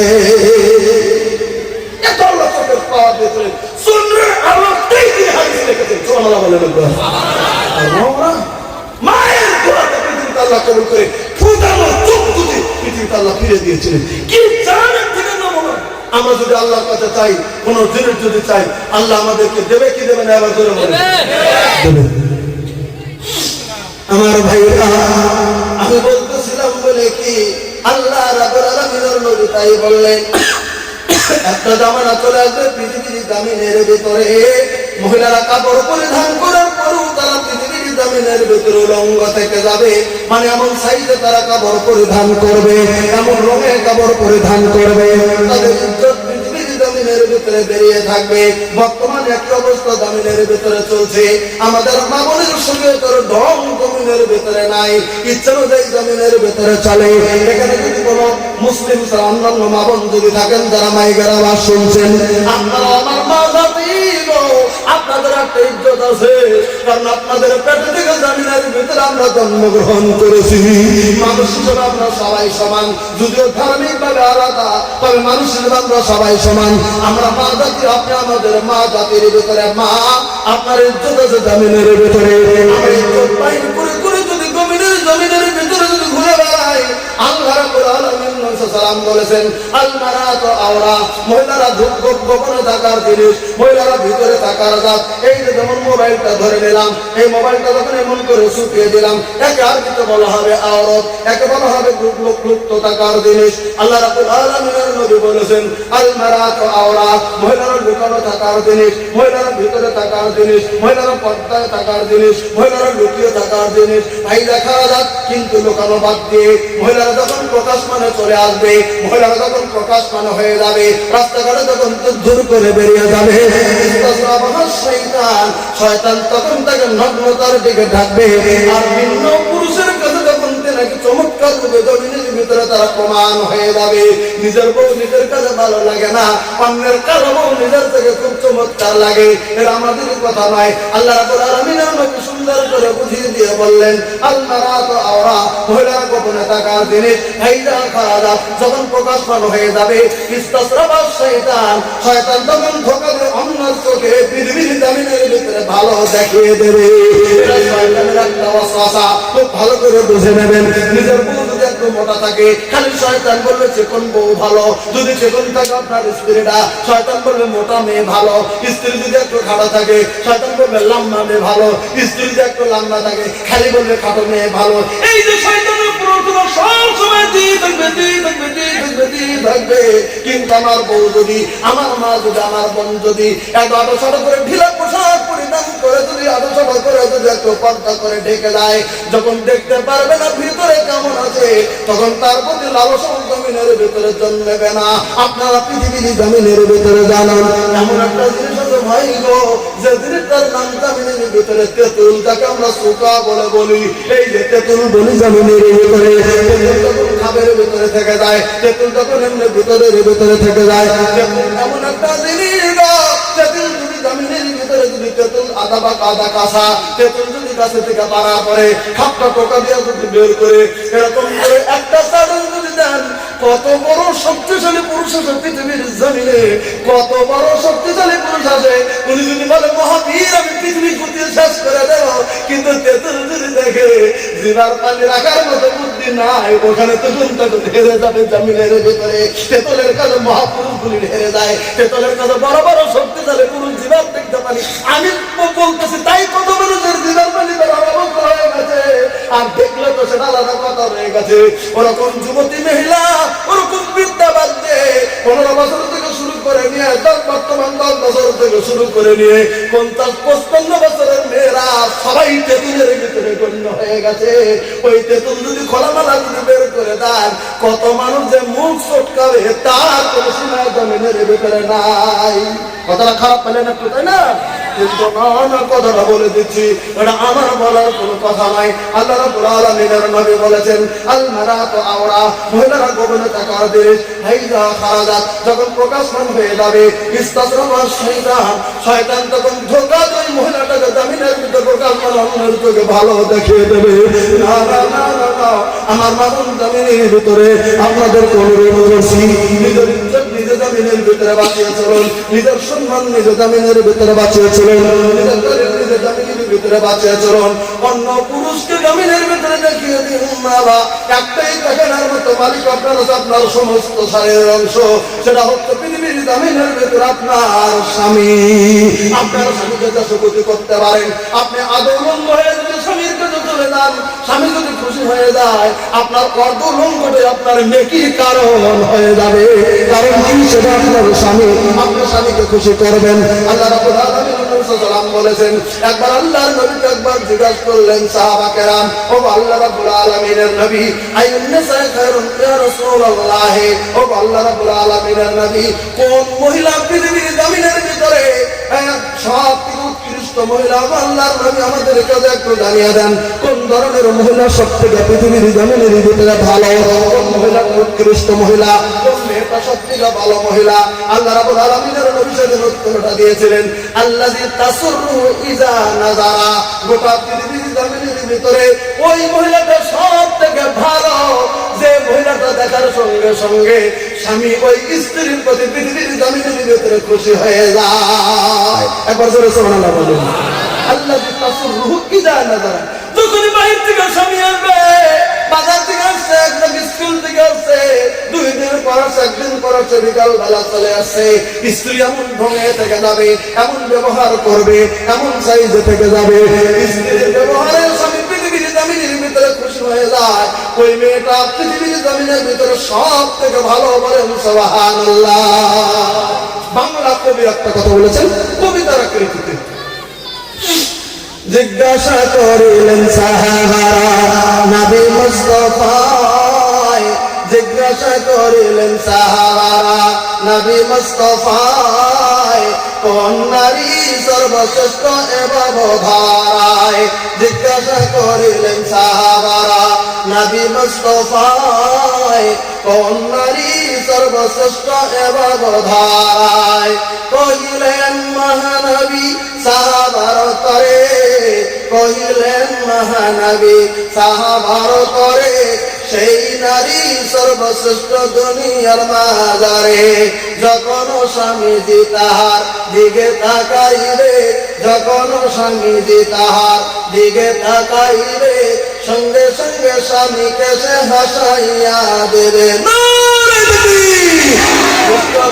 কথা বলেন কহে সর্বদাই স্বামীর সঙ্গে কিন্তু কথা বলবো অন্য সাথে কথা দিলেন অন্য সাথে মিষ্টি কথা বললে অন্য সাথে মিষ্টি ওটা না স্বামীর সঙ্গে যদি মিষ্টি কথা বলে তাই বলেছেন মিষ্ট মিষ্ট কথা বলেন কহে সর্বদাই এ দেখে স্বামীর দেহ মন জুড়াইয়া যায় যে নারী আপন স্বামীকে হাসাতে গো পারে যে নারী আপন স্বামীকে হাসাতে গো পারে সে নারী উত্তম নারী বিশ্বর মাঝারে কিন্তু আজকে দেখবেন আমার ভাইয়েরা নিজের স্বামী যদি 3 দিন 2 দিন পরে বাড়িতে চলে আসে স্বামীর কাছে যখন যাবে নাকটাও ভালো করে মোছে নাই দাঁতটাও ভালো করে সাফ করে নাই সেটা কাপড় নাই ওখানে চলে গেছে না তোমার স্বামী যদি 3 দিন 10 দিন পরে আসে তুমি একটু চুপচাপ মতো থেকে যাও আমার স্বামী আসতেছে গো আমি একটা মুখটা সাফ করে ভালো করে যাই আমাকে দেখে আমার স্বামী যেন জমিনের ভিতরে খুশি হয়ে যায় তুমি তোমার স্বামীকে যদি খুশি করতে পারো পৃথিবীর জমিনের ভিতরে তুমি উত্তম নারী হিসেবে আল্লাহর দরবারে তোমার নাম লেখা পড়ে যাবে জোরে সুবহানাল্লাহ বলেন নিজের স্বামীর কাছে ঝুলুন অবস্থায় চলে যাচ্ছে নিজের স্বামীর কাছে সব অবস্থায় চলে যাচ্ছে কিন্তু 3 মাস পরে যদি 4 মাস পরে যদি বোনার বাড়িতে দাওয়াতের কোনো খবর শোনে কত বাড়িতে ঠিক আছে সুন্দর কাপড় জোগায় তার কোনো সীমা নাই তুমি বাইরে যাওয়ার জন্য দুনিয়ার বাহিনী নিয়ে তোমরা করে যাবে আর স্বামীর কাছে হ্যাংল্যাং করে যাবে এটা তোমার কেমন আদর জামিনের ভেতরে তুমি কেমন মুসলমান পেতে বেরিয়ে যাবে না না না না মা বোন আমার যারা আজকের বৈঠকে যারা এসেছেন নিজের স্বামীর কথা আল্লাহ রাব্বুল আলামিন বলে দিয়েছেন পবিত্র কোরআনে আর রিজালু কাওয়ামুনা আলান নিসা আমি আল্লাহ রাব্বুল আলামিন পুরুষ মানুষকে মহিলার হাকিম বানিয়ে দিয়েছি তো একবার সুবহানাল্লাহ বলেন পুরুষ মানুষকে মহিলার হাকিম বানিয়েছেন আল্লাহ এই আয়াতের শানে নজুল হয়ে গেছে বলবেন কেমন করে আল্লাহ রাব্বুল আলামিন নবীজির জামানায় একজন সাহাবী ছিলেন তার স্ত্রী ছিল সাহাবীটা ছিল একটু নরম স্ত্রীটা ছিল একটু গরম কিন্তু দুইজনই কিন্তু স্বামী স্ত্রী দুইজনই মুসলমান এক হঠাৎ করে স্ত্রীর উপর কেন যেন একটু রাগ উঠে গেছে স্বামী করেছে স্ত্রীকে হালকা করে তাপড় দিয়েছে বিবিরও খুবই চড়া রাখছিল স্ত্রীটাও জোর করে স্ত্রীকে স্বামীকে তাকে একটা তাপড় ফেরত করে দিয়েছে কথা বোঝা গেছে তো স্বামীটা একটু শাসনগুলোকে একটু দিয়েছে স্ত্রীটাও স্বামীকে দিয়েছে এখন সাহাবীটা ছিল নরম দেখলো ঘটনা তো খারাপ আমি শাসনমূলক দিলাম আমাকে দিয়ে দিল এ কথা বলবো কাকে আর যদি আরো তো দেবে সমস্যা খুবই উনি চলে গেলেন আপনার কাছে বিচার দিলাম আমার স্ত্রী আমাকে মেরেছে মেয়েটাও দূর দূর করে চলে গেছে হুজুর আপনার কাছে বিচার দিই আগে আমাকে মেরেছে তাই আমি শোধ দিয়েছি হুজুর বিচার করে দেন আগে আমাকে মারলো কে কথা বলছেন তো এই কথা যখন বলে দিলেন দুজনে বাদী দুজনে বাদী একজন আর একজনের বিরুদ্ধে বাদী স্ত্রীর মধ্যে স্বামীর বাদী আল্লাহ রাব্বুল আলামিনের নবী বিচারের ফয়সালার মালিক চিন্তা করতেছেন কি ফয়সালা দেব কি ফয়সালা দেব কি ফয়সালা দেব উনি একটু মাথা নিচু করে আছেন ইন্দামের সময় হযরত জিবরিল আল্লাহ রাব্বুল আলামিনের নবীর কাছে হাজির হয়ে একবার সুবহানাল্লাহ বলেন এই যে বলতেছেন নবীজি গাও দুইজন পয়রাদি হয়ে যান তার কাছে কি সমাধান দেবেন আল্লাহ সমাধান দিয়ে দিয়েছেন বলে সমাধান কি আল্লাহ বলে দিলেন আর রিজালু কাওয়ামুনা আলান নিসা আমি আল্লাহ রাব্বুল আলামিন পুরুষ মানুষকে মহিলাদের হাকিম বানিয়ে দিলাম জোরে একবার সুবহানাল্লাহ বলেন পৃথিবীর জমিনে শাসনমূলক ভাবে যদি পুরুষ স্ত্রীকে একটা থাপ্পড় দেয় তোমাকে মেনে নিতে হবে কারণ পুরুষ তোমার হাকিম তুমি সঙ্গে সঙ্গে হাত তুলতে পারবে না এই আয়াতটা যদি নাযিল না হতো তাহলে স্ত্রীকে যদি আপনি থাপ্পড় মারতেন স্ত্রীর সোনাটি নিয়ে মরতো আপনাকে মানতো না স্ত্রী কারণ আল্লাহ হাকিম বানিয়েছে বলে বর্তমান স্ত্রীরা স্বামীর উপরে তোলে না কারণ স্ত্রীরা জানে স্বামী জামিনের ভিতরে আমার হাকিম আমার ভাইরা আমি কথা বলছি পৃথিবীর জামিনে আমরা মুসলমান পৃথিবীর জামিনে আমরা মুসলমান পৃথিবীর জামিনের ভিতরে আমরা কেমন করে জামিনের ভিতরে চলি প্রত্যেকটা ক্ষেত্র পৃথিবীর জামিনের ভিতরে আমরা আজকে ধার্মিক, আমরা আজকে যেমন অন্যায়ের ভিতরে পতিত হয়ে যায়, না না না না গো, অন্যায়ের ভিতরে আমাদেরকে যাওয়া যাবে না। প্রত্যেকটা ক্ষেত্রতে ইমানি আমাদেরকে এগিয়ে যেতে হবে। বলেন কথা ঠিক না? ইনশাআল্লাহ কোরআন হাদিসে যে বলেন ফয়সালা আছে, আমরা মানার জন্য বাধ্য। আল্লাহ তাআলা আমাদেরকে মানার তৌফিক দিন, আমিন বলেন। সামান্য একটা প্রশ্ন চলে আসছে ভাই আমার, প্রশ্ন সম্পর্কে আপনাদের কাছে একটু করে সামান্য একটু ব্যাখ্যা আপনাদের কাছে দিতে চলছি। আমার সভাপতি সাহেবের আদেশ আর একটা বাকি রয়ে গেছে, আমি 2 মিনিটের আলোচনায় এগিয়ে যাচ্ছি। তবে তার আগে একটা প্রশ্নের জবাব জমিনের ভিতরে, আমরা যদি পৃথিবীর জমিনের ভিতরে একজন মানুষ যদি আরেকজনের নিমক হারাম করে মানুষের অন্যায় করি, করিমকা প্রতিদিন তার বিচারটা কেমন হয়ে যাবে? মানে আজকে জমিনের ভিতরে একটা জিনিস হচ্ছে আল্লাহর হক, আর একটা জিনিস হচ্ছে পৃথিবীর জমিনের ভিতরে বান্দার হক। আল্লাহর হক যদি জমিনের ভিতরে একটা অন্যায় করে গেছেন, যদি তওবা করেন, রব্বুল আলামিন আপনাকে মাফ করে দেন। আল্লাহ গফুরে গফফার, আল্লাহ রব্বুল আলামিন গফুর কাদের, আল্লাহ মাফ করে দিতে পারেন। আল্লাহর কাছে ক্ষমতা রয়ে গেছে। কিন্তু এমন একটা হক পৃথিবীর জমিনের ভিতরে বান্দার, আল্লাহ রব্বুল আলামিন বলেন ওই হকটা তুমি তোমার বান্দার কাছ থেকে তুমি আদায় করে নিয়ে যেতে হবে। বলবেন কি গো, আজকে পৃথিবীর জমিনের ভিতরে মানুষের অন্যায় করতে জমিনের ভিতরে দ্বিধা মনে করে না। একটা মাসালা, আমরা পৃথিবীতে বান্দা হওয়া কিভাবে অন্যায় করি পৃথিবীর জমিনে? আমাদের এখানে আছে কিনা জানি না, বিভিন্ন জায়গায় তো মানুষের অন্যায়। একজনের টাকা নিয়ে গেল, একজনের টাকা মেরে দিল, আরেকজনের সংসারে লুণ্ঠন করে দিল, আরেকজনের সংসারের পয়সা লুটিয়ে নিল, আরেকজনের ক্ষেতের শস্য নিয়ে গেল, আরেকজনের সীমা লঙ্ঘন করলো। আর এমন সাধারণত শহর এলাকার বিদেশে আছে, ক্ষেতের আইলের নড়া চড়ার সীমা পৃথিবীর জমিনের ভিতরে নাই। বলেন কথা ঠিক না? ক্ষেতের আইল নড়া চড়া করার অভ্যেস আপনাদের এই এলাকায় নাই হতো, বিভিন্ন জায়গাতে আছে। একটা হাদিস আপনাদেরকে শুনে তাহলে বুঝবেন ক্ষেতের আইল নড়াচড়া করাটা কত অন্যায় পৃথিবীর জমিনে। একজন আরেকজনের মাটির দিকে ঠেলাটা কত অন্যায় পৃথিবীর জমিনে। একটা করে মশলা শুনে না, সেই হাদিসের ভিতরে বর্ণনা করেছেন। আল্লাহ রাসূল সাল্লাল্লাহু আলাইহি ওয়াসাল্লাম বলেন, আমার সাহাবীরা শুনে নাও, মান আখাযা শিবরাম মিনাল আরদি যুলবান। আল্লাহ রাসূল সাল্লাল্লাহু আলাইহি ওয়াসাল্লাম বললেন, মান আখাযা শিবরান মিনাল আরদি যুলমান তাওবাতুহু ইয়াওমাল কিয়ামাতি সাবআরদিনা। আল্লাহ রাব্বুল আলামিন নবী তেলাওয়াত করে বুঝিয়ে দিলেন। আমার সাহাবা کرام শুনে নাও গো, আমি নবী তোমাদেরকে জানিয়ে দিলাম, মান আখাযা শিবরান, পৃথিবীর জমিনে কোন মানুষ যদি অন্যের জমি যদি দখল করে, কতটুকু শিবরান, শিবরান মানে অর্থ হলো, এটাকে আমরা আধা হাত বলি, এতটুকু আমরা 1 হাত বলি, 18 ইঞ্চিতে আমরা 1 হাত বলছি, 12 ইঞ্চিতে আমরা একটা বুট বলছি, আর আমরা ওই যে 18 ইঞ্চির আধা 9 ইঞ্চিতে আমরা কি বলছি? আধা হাত বলছি। এটা আধা হাত, আধা হাতের নিচে 4 আঙ্গুলের উপরে। এই শব্দটাকে আরবিতে বলা হয়েছে শিবরান। 2 আঙ্গুল থেকে 9 আঙ্গুলের ভিতরে, 3 আঙ্গুল থেকে 9 আঙ্গুলের ভিতরে, কথা ভালো করে বুঝে নেবেন। 4 আঙ্গুল থেকে 9 আঙ্গুলের ভিতরে, মানে 9 ইঞ্চির ভিতরে, 18 ইঞ্চিতে হতো 9 ইঞ্চির ভিতরে, 2 ইঞ্চি থেকে 9 ইঞ্চির ভিতরে এতটুকু জমি। বেশি হলে 9 ইঞ্চি, ভালো করে বুঝে নেবেন। বেশি হলে কতটুকু? 9 ইঞ্চি। আমরা যেটাকে বলি আধা হাত, তার মানে 4 আঙ্গুলের উপর আধা হাতের নিচে এতটুকু জমিকে বলেছেন আল্লাহর নবী, মান আখাযা শিবরাম মিনাল আরদি যুলমান। তুমি যদি অন্যের জমি আধা হাতের নিচে যদি তুমি জানার পরেও যদি তুমি দখল করে নাও, তবে তুমি জেনে রাখো তুমি কত বড় অন্যায় করলে। এই 4 আঙ্গুল জমি যদি তুমি পৃথিবীতে অন্যের তো তুমি জোর করে নিয়ে নাও, কঠিন কিয়ামতের দিন আল্লাহ তাআলা তাওয়াকুহু ইয়াওমাল কিয়ামাতি সাবআরদিনা, এই 7 তবক জমি, আসমান জমি, সেদিন তোমার গলার ভিতরে বেরি হিসাবে তোমাকে সেদিন পরিয়ে দেবে। 7 তবক জমি তোমার গলায় পরিয়ে দেবে। সেদিন তোমার গলার ভিতরে 7টা জমি, 7টা পৃথিবী তোমার গলার ভিতরে সেদিন তোমার লটকানো থাকবে। আজকে জমিনের ভিতর মুসলমানের খাসরত আছে, আইল ঠেলাঠেলি আছে, বুঝাই কোদাল না যাই হোক, হজ করে আসছে ঠিক আছে, নামাজও পাঁচ ওয়াক্ত করে ঠিক আছে, কপালের ভিতরে দাগ হয়ে গেছে, আরো নামাজ পড়া নামাজ রোজা থাকে, কিন্তু কোদাল না যখন খেতে যায় তখন হুঁশ থাকে না।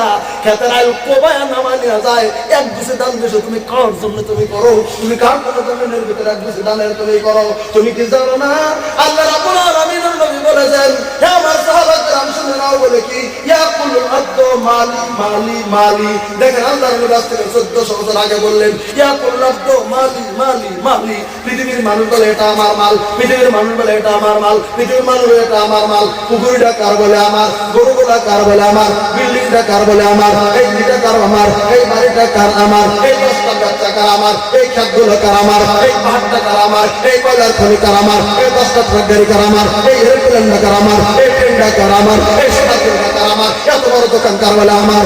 ইয়াকুলুল আব্দু মালি মালি মালি। পৃথিবীর মানুষ বলে এটা আমার, এটা আমার, এটা আমার মাল। আমি বিশ্বাস করে তোমাদেরকে জানিয়ে দিলাম ইন্না মালিল মালি সালাসুন, তোমার মালকে আমি নবী 3 ভাগে বিভক্ত করে দিলাম। কয় ভাগে? জোরে বলেন কয় ভাগে?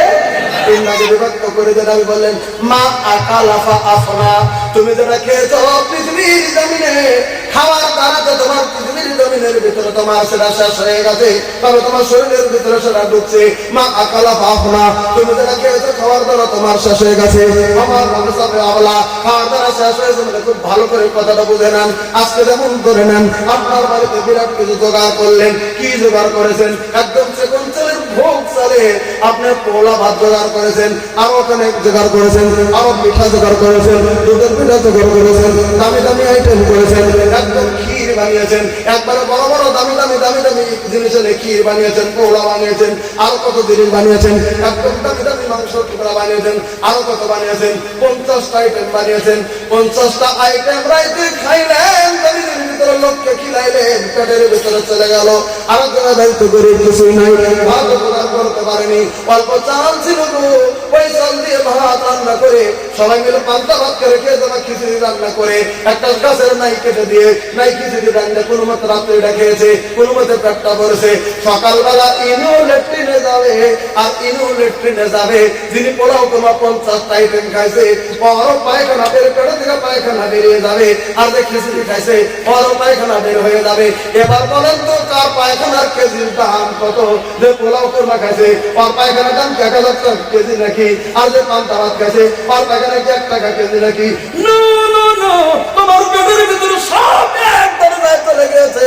তুমি যদি পায়খানা করেছো আর পায়খানা গন্ধ, আর পায়খানা গন্ধ, সবারই পায়খানা গন্ধ, কারণ পেটের ভিতরে থেকে গেছে পায়খানা হলো সবারই এক, কারণ পায়খানার কেজির মাপের কোনো কম বেশি নাই, কারণ সবারই পেট থেকে পায়খানা বেরিয়ে গেছে।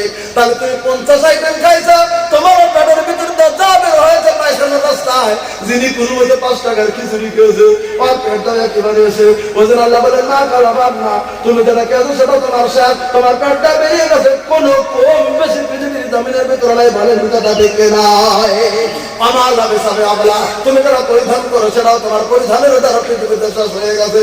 দামি দামি দামি দামি কাপড় পরিধান করেছেন, কোটি কোটি টাকার ব্র্যান্ডেড মাল নিয়ে, লক্ষ লক্ষ টাকা দামের ব্র্যান্ডেড মাল নিয়েছেন। কোন সময় ফেসবুকে পেয়ে যাবেন এটা নিয়ে কত দামি কাপড় পরিধান করে, এটা নিয়ে কত দামি কাপড় পরিধান করে, এটা নিয়ে কত দামি কাপড় পরিধান করে। একদিন ফেসবুকে একটা খবর দিয়েছে, কোনবা রানী, মুসলিম দেশের রানী, তবু একটা রানী একটা মেয়ের কথা এখানে লিখে দিয়েছে যে ইনি একদিনের গোসলের খরচ কত লক্ষ টাকা, 13 লাখ টাকা নাকি ইন্ডিয়ান টাকা, একদিন তার গোসল করে। কোনবা জিনিসটা পানিতে পানির মধ্যে ওটা জিনিস তারপরে গোসল করে, তাহলে একটা দিন তিনি গোসল করে 13 লাখ টাকা তার ভিতরে খরচ হয়ে যায়। তাহলে কি দিয়ে গোসল করে? তাই বলে রূপটা সোনা বানায় নিতে পারেনি, এমন একটা দিন তার ধরে তার রূপটা চামড়াটা ঢিলে যাবো, আরো যদি কোন কোন রোগ খরচ করে সব চর্চা আমরা ঢিলাবো, কোন কথা থেকে নয়। যত তুমি জমিনের ভিতরে তুমি মার্চিয়ান হয়ে যাও, যত বড় তুমি ডাকু হয়ে যাও, যত বড় তুমি শক্তিশালী হয়ে যাও, কয়দিন তোমার শক্তি 15 বছর থেকে নিয়ে 30 বছর, 30 বছর থেকে 40 বছর, 40 বছর থেকে 50 বছর, 50 বছরের পরে শক্তিশালী কায় এখন আর খাইতে পারি না, এখন আর নড়তে পারি না। 60 বছর তখন হয়ে গেছে। বাবা রে, একসময় শক্তি ছিল, 5 জন তোমার ছিলাম, তখন ছিলাম 1 কিলো চালের ভাত খেয়েছিলাম, এখন কথা হলো এখন 1 পাতা পাওয়া খাই, তাও আমার কাছে আর ব্যবসা যেতে চাই না। 70 বছর যখন হয়ে গেছে তখন বলে বাবা রে, জমিনের ভিতরে জোর করিস না, আমার একটা দিন ছিল আজকে দেখাবার নাই। 80 বছর যখন হয়ে গেছে তখন কুহু কুহু করছে, তোমার শক্তি কোথায় গেল? তাহলে পৃথিবীতে তোমার ড্যাম পাই দেখায় আল্লাহ তোমার জমিনের মধ্যে কি বলেন কথা দেখে না। আমার ভাইয়া বুঝুন, তুমি যতই করো, কোন আল্লাহ তাআলা বলেছেন আমার নাম সঙ্গে অপরা, যতই দামি দামি পোশাক পরিধান করো তোমার স্বয়ং জমিনের ভিতরে লস্ত তোমার এটাই হয়ে যাবে। আমার কোটি কোটি টাকার কাপড় পরিধান করেছেন পৃথিবীর জমিনে, কিন্তু যদি আপনার নিঃশ্বাসটা ফুরিয়ে যাবে, চৌধুরী নাম কেরাবে আপনাদের পক্ষ সমষ্টি বাঘমতি টাউনে বিরাট বড় মহাজন যদি হয়। আমার ভাইরা, আবার আপনারা জানেন হাজী মাস্তান ভারতবর্ষের বিরাট বড় নাম করা মানুষ ছিল তিনি হাজী মাস্তান সাহেব। ভাই গো, আমাদের আসামের জনাব মাওলানা বদরুদ্দিন আজমল সাহেব কত বড় ধনী মানুষ। রাজনীতি হিসাবে বলছেন, আমি ধনীর তালুকের কথা বলছি, কত বড় ধনী মানুষ, মানে মানুষ। আমার ভাইরা, ওরকম আরো কত কোটি কোটি আসামের গুলিতে আছে, কিন্তু যেদিন মারা যাবে ভাই গো, মাত্র 3টা কাপড়ের টুকরা তার শরীরের ভিতরে বেঁচে হবে। কোন কথা দেখে না, সেখানে কোটি কোটি টাকা পৃথিবীর জমিনের ভিতরে রয়ে গেল। কেউ কি বলতে পারবেন উনি 50-100 কোটি টাকার 500 কোটি টাকার মালিক? ওনাকে কাপড়ের 5টা টুকরা আমরা দেবো, ক্ষমতা আছে ভাই করে বলেন? আছে? পুরুষ মানুষের আছে? দিতে পারবেন? 10 টুকরা করে দিতে পারবেন?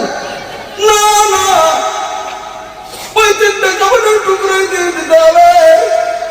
অন্য গ্রাম থেকে এসেছে চৌধুরী বাম গ্রামে, কেউ চেনেন না, 3 দিন পরে না খেয়ে থেকে হঠাৎ করে গ্রামে ঢুকে ভিক্ষা করতে করতে কার ওই সাইকেলের ধাক্কায় পড়ে যদি লোকটা মারা যায়, কোনো কিছুই নাই গো। এবার সমাজের চান্দা তুলে কাপড়ের কাপড়টা কয়টা টুকরা ওই ফকিরকে দেবে? জোরে বলেন, কয়টা টুকরা দেবেন? জোরে বলেন, কয়টা দেবেন? 3টা দেবেন। একটা ফকির 3 দিন না খেয়ে থেকে ধাক্কা লেগে মরে গেল। আমরা চান্দা তুলে 3টা কাপড় আমরা দেবো। ওই কোটি কোটি টাকার মালিক যদি নাই, ওই 3টা কাপড় আমরা দেবো। আল্লাহ নবী বলেন আমার নামে তুমি যেন পরিধান করে চাই, কিন্তু যেদিন তুমি মরে যাবে ওই দিন তোমার শেষ সাথী পৃথিবীর সমস্ত মানুষের এক হয়ে গেছে। কোনই কম বেশি তোমার আমার জন্য নাই।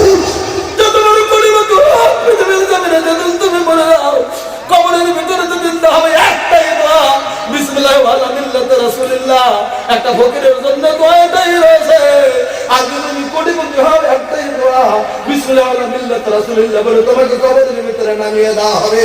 তুমি যদি জানাজার ভিতরে দাঁড়িয়ে যাবে, একটা ফকিরের জন্য করবা তামাকুল্লাহি নামাইতানা শাহিদানা।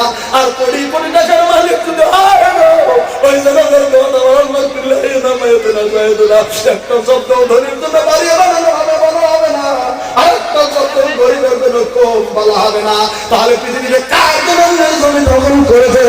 না না না না, এই ঠেলাঠেলি ব্যবসা পৃথিবীর জমিনের ভিতরে করিয়েন না। আপনাদের ঠেলাঠেলি ব্যবসা করিয়েন না। কাদের থেকে মাটি ঠেলা মহা অন্যায় না, যারা সূত্র আপনারা মিলিয়ে দেবেন কোনো কথা নাই। জানার পর অন্যের জমি দখলের তলে যায় না, কেমতের দিন বাঁচার রাস্তা হবে না। আর একটা মশলা বলে আজকে বলতে চাইছিলাম, কিন্তু হলো না।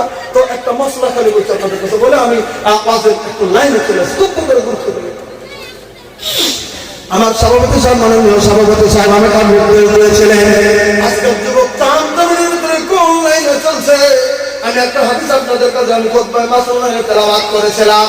তার আগে একটা কথা বলছি ভাই আমার, আজকের জামিনের ভিতরে আমরা কারা কারা আশা করি আল্লাহ যেন আমাদেরকে জান্নাত দেয়? কারা কারা আশা করি ভাই আমার? জান্নাত দেয় আমাদের। কেউ যদি কোনো বক্তা কোনো সময় যদি বলে কে কে জাহান্নামে যাবেন হাত তুলে, কেউ তুলবে কি? জোরে বলেন, তুলবে কি? এটা পাগল যদি কোনো মতো গেলে বুঝে জাহান্নামের কথা বলছে, পাগলটা হাত তুলবে না। যদি জান্নাতের সবের কথা হয় পাগলটা বলবে যাবো। বলেন এটা ঠিক নয়? আল্লাহ রাব্বুল আলামিনের নবী বলেন, আমার মাগুলো ভালো করে কথাটা শুনে নেবেন। আল্লাহ রাসূল সাল্লাল্লাহু আলাইহি ওয়াসাল্লাম বলেছেন, আমরা সবাই জান্নাতের আশাদারী, কিন্তু জান্নাতের আশাদারীর কথা ভালো করে বুঝে নেন। এখানে এখন আমাদের আগে এখানে এই লাইনে আমাদের ট্রেন লাইন ছিল না, এখন তো আমাদের ট্রেন লাইন হয়ে গেছে, লোকাল ট্রেন লাইন হয়ে গেছে। আপনাদের এখানে বকতে ট্রেন লাইন আছে, ট্রেন স্টেশন আছে।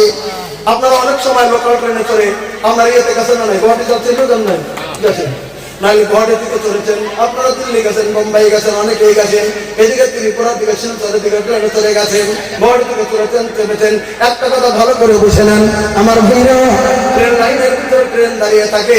ট্রেন লাইনের সব ট্রেন কিন্তু কিছু কিছু ট্রেন আছে ডেমো ট্রেন, যেমন তার মাথা যেমন তার গোড়া একই বোঝা যায় না, তার আগার কথা বোঝা যায় না, দুই দুই ইঞ্জিন দেখানো আছে। আপনার রাজধানী ট্রেনটা দেখে নিন, রাজধানীর পাশের ইঞ্জিন, সামনে ইঞ্জিন, দুই দিকে ইঞ্জিন লাগানো আছে। রাজধানী ট্রেনের দুই দিকে ইঞ্জিন লাগানো আছে, বোঝা যায় না কোনটা আগা কোনটা পেছা আমার ভাইরা। তাহলে আপনারা বঙ্গাইগাঁও চলে গেছেন, ট্রেনে চলে যাবেন, আপনি আঞ্চলিক চলে যাবেন, শিলিগুড়ি চলে যাবেন, নিয়োগ করে চলে গেছেন সেখানে বঙ্গাইগাঁও, বা গুয়াহাটি চলে গেছেন, কোথায় যাবেন? দিল্লি যাবেন, নিয়োগ করেছেন দিল্লি যাবেন, তাই নাকি গুয়াহাটি চলে গেছেন, স্টেশনে ট্রেন দাঁড়িয়ে আছে, নাম্বার এয়ারলাইন করছে, বুঝেন নেই, একটু ঘুমের বাবা রাত্রি 2টা হয়ে গেছে, কালকে সকালে যাবো কলকাতায়, ওখানে যাবে চাকরিটা পেয়ে যাবো, ছেলে এয়ারলাইন করেছে, ছেলেকে নিয়ে পুলিশের চাকরি দেবে কলকাতায় অ্যাপয়েন্টমেন্ট, আপনার ছেলেকে নিয়ে গুয়াহাটি আছেন রাত্রি 2টো বাজে, কালকে দিনে 10টা 11টা পৌঁছে যাবে, ওখানে যাবে অ্যাপয়েন্টমেন্টটা নিয়ে নেবো, সরকারের কাছে রেডি হয়ে বসে আছেন ট্রেন স্টেশনে। হঠাৎ করে ঘুমের বাবা হয়ে গেছেন, এয়ারলাইন করেছে, ট্রেন এসছে, কিন্তু যে ট্রেন আপনি যাবেন কামরূপ এক্সপ্রেসে, কামরূপ ডাউনটা আসেনি, আপেরটা চলে এসছে। একই টাইমে আপ ট্রেনটা এসে গুয়াহাটির ময়দানে দাঁড়িয়েছে, আপনি তখন কামরূপ এক্সপ্রেস, কামরূপ এক্সপ্রেস, কিন্তু আপনি জানেন না কোন দিকে ট্রেন দাঁড়িয়ে আছে। আপনি যা দেখলেন সিটটা খালি, ছেলেকে নিয়ে ওইটা পয়সা বললে চলো কামরূপ চলে এসছে, চলে যাবো কলকাতা, চল চল উঠে গেছেন। কিন্তু ওই ট্রেনটা কেবল কলকাতা থেকে এসে দাঁড়িয়েছে গুয়াহাটি, ট্রেনটা চলে যাবে একবারে ডিব্রুগড় চলে যাবে, কারণ কামরূপ ডিব্রুগড় পর্যন্ত চলে যায়। ওই ট্রেনে চলে সিট পেয়েছেন বসে, ওখানে আধা ঘন্টা লেট হয়ে গেছে ট্রেন তৈরি করে, তাই আপনি ওখানে ঘুমিয়ে গেছেন। আপনি মনে মনে ভাবছেন একদম কলকাতা যাবো, অন্তত 4-5 ঘন্টা যাই, তারপরে উঠবো, কারণ শিলিগুড়ি যাবে, তারপরে মালদা যাবো, তারপরে কলকাতা যাবো, তারপরে চাকরি নেবো।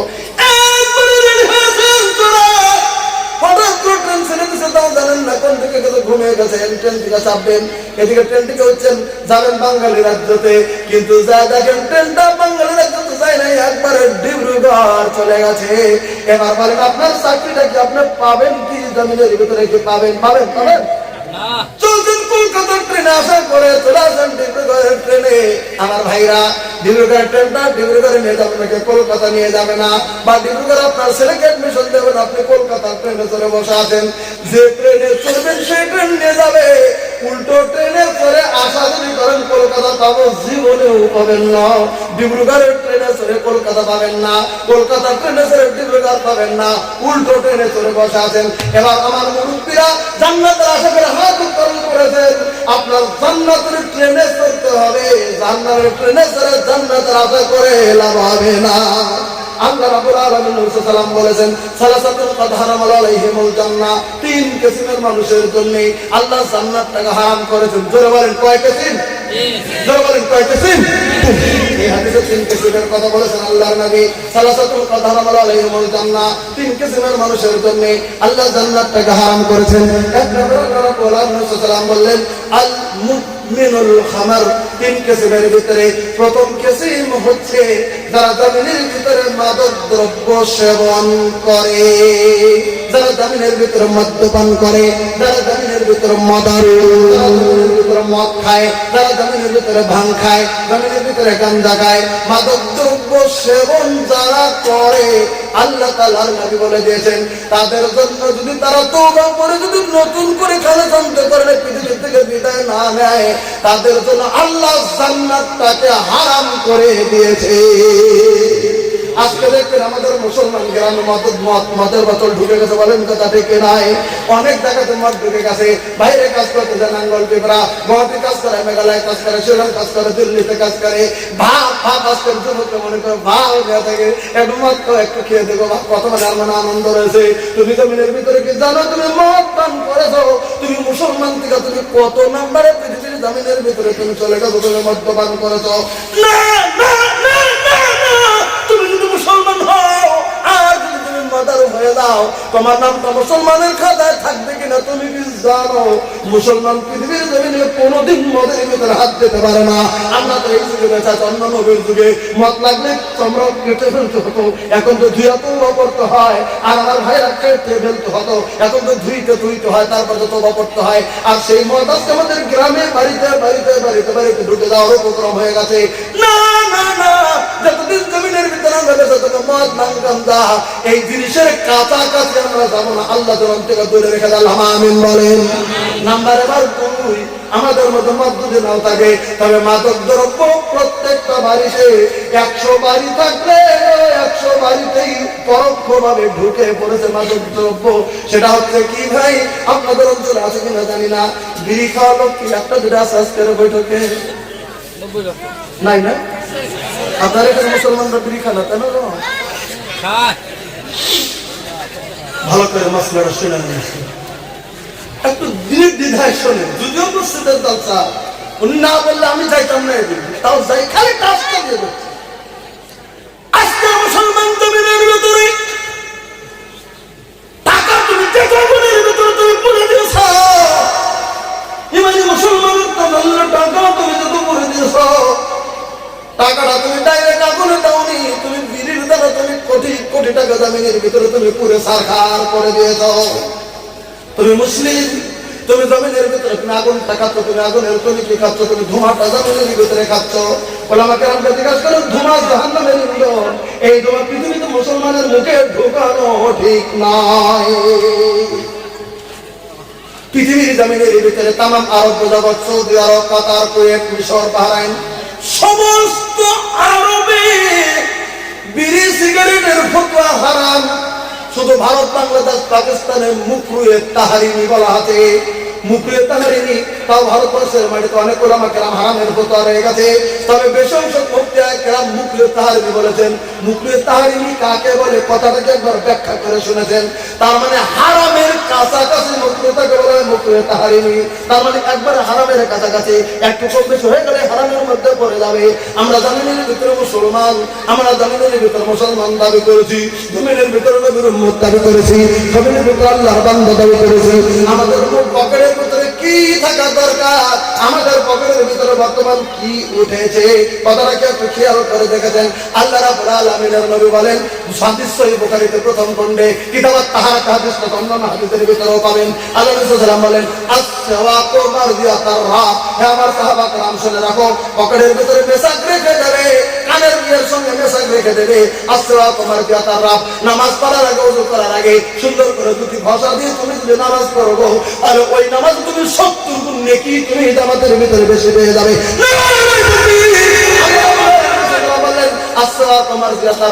তুমি যত মেসাক করবে আল্লাহ তোমার প্রতি যত সন্তুষ্ট হয়ে যাবে। একবার জোরে সুবহানাল্লাহ বলেন। মেসাক করলে তার প্রতি আল্লাহ খুশি হয়ে যায়, আর বিড়ি খেলে আল্লাহ খুশি হবে না। কি হলে বুঝে নেবে ভিতরে। এবার একটা হাদিস আপনাদেরকে শোনাই, খারাপ কথা শুনতে না পারে, মাফ করবে কথাটা, মাপটা পরে নেব, তবে কথাটা পাওয়া যায়। একটা হাদিস ভালো করে শুনে নেন, হাদিসটা বুখারীর, এখানে রেকর্ড হচ্ছে, মোবাইলে রেকর্ড হচ্ছে। কালকে আপনার এবারটা সুন্দর করে মিলিয়ে নিন। আমি পড়ছি হাদিসের এবারটা আপনারা নেটে, কালকে গুগলে হাদিসটা মেরে দেবেন, পেয়ে যাবেন। একটা শব্দ খালি মেরে দিয়েন, তাই পাবেন। আমার কথাটা নেটে বাংলাতে লিখে দিন, বিড়ি সিগারেট হালাল না হারাম লিখে দিন, তারপরে ফতোয়াটা চলে আসবে, নিজেরা পড়ে পড়ে বাংলাতে দেখে নিতে পারবেন।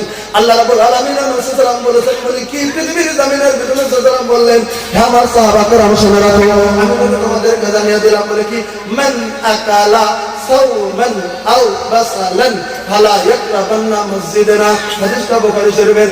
মান আকালা সাওমান, পৃথিবীর কেউ যদি কাঁচা রসুন খায়, আও বাসালান, কেউ যদি কাঁচা পেঁয়াজ খায়। জোরে কোনছে কিসের কথা বললাম? আরো জোরে কোনছে কিসের কথা কইছি? কাঁচা রসুন আর কাঁচা পেঁয়াজ। সাওমান আর বাসাল, কাঁচা রসুন, কাঁচা পেঁয়াজ।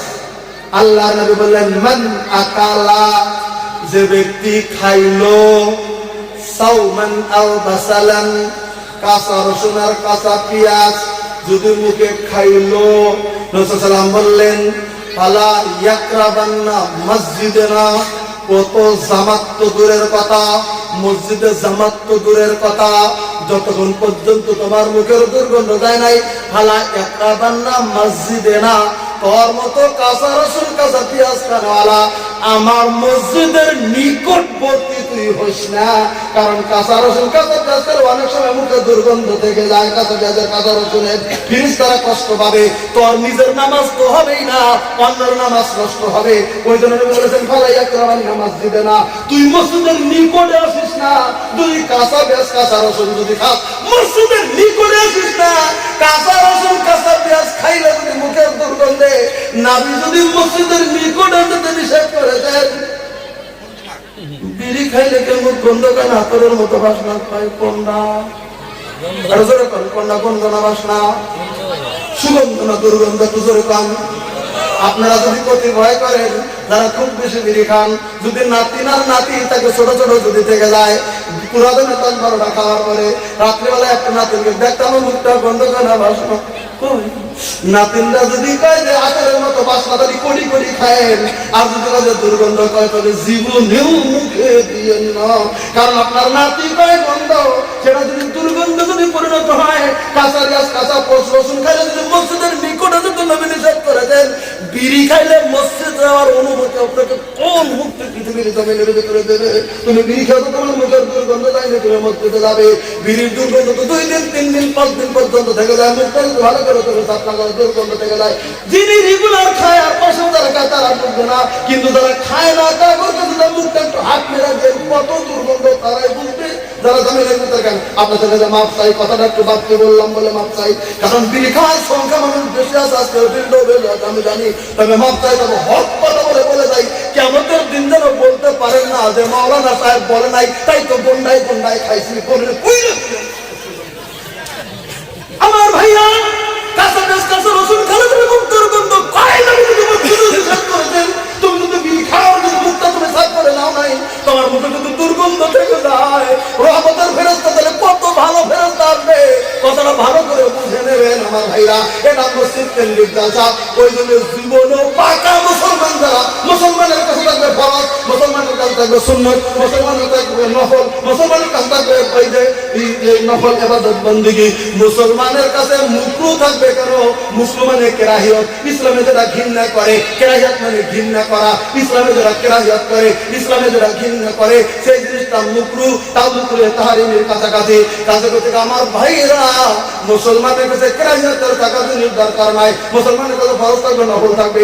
আজকের বৈঠকে একটা লোক কোটা বৈঠক, খুব কথা বুঝে নেবেন, 1 মিনিট আধা মিনিট কথা ভালো করে বুঝে নেবেন। এই বৈঠক, আজকের বৈঠকটা এই চৌধুরী জামে মসজিদের অন্তরালের জালসাতে একটা লোক, আগে যারা বিড়ি খাইছেন সারা জীবন খায় আসছেন, একটা লোক মুরব্বী হাত তুলতে পারবে না জীবনে। আজ থেকে এই বছর থেকে ছেড়ে দিলাম, আমার জীবনে আর মুখে দেবো না। দেখি একটা লোক হাত তুলবেন, যে খাইছেন, যে খান না সে হাত তুলবেন না। কথাটা ভালো করে বুঝে নেবেন।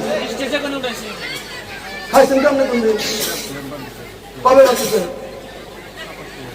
ওটা আপনার, আপনি বিশ্লেষণ আজকের খাওয়ার লোক, কথাটা ভালো করে বুঝে নেবেন। এখন পর্যন্ত খাওয়া লোক আজকেও খাইছেন, একটা দিতে হতো।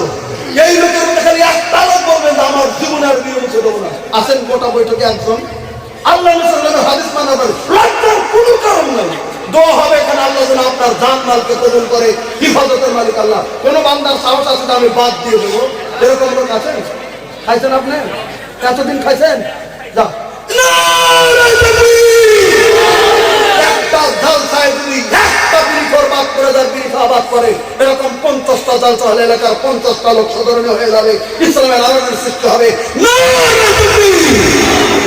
আমার শেখ বলছিলেন, গুটখা থেকে শুরু করে বর্তমান খনির পকেটের দলের মানুষের সংখ্যা কোটি কোটি কানাডার মরমির পকেটেও থেকে যায়। এই জন্য কথা বলাও যেন খুব বিপদ, কিন্তু কথাটা তো ভালো করে মনে নেবেন।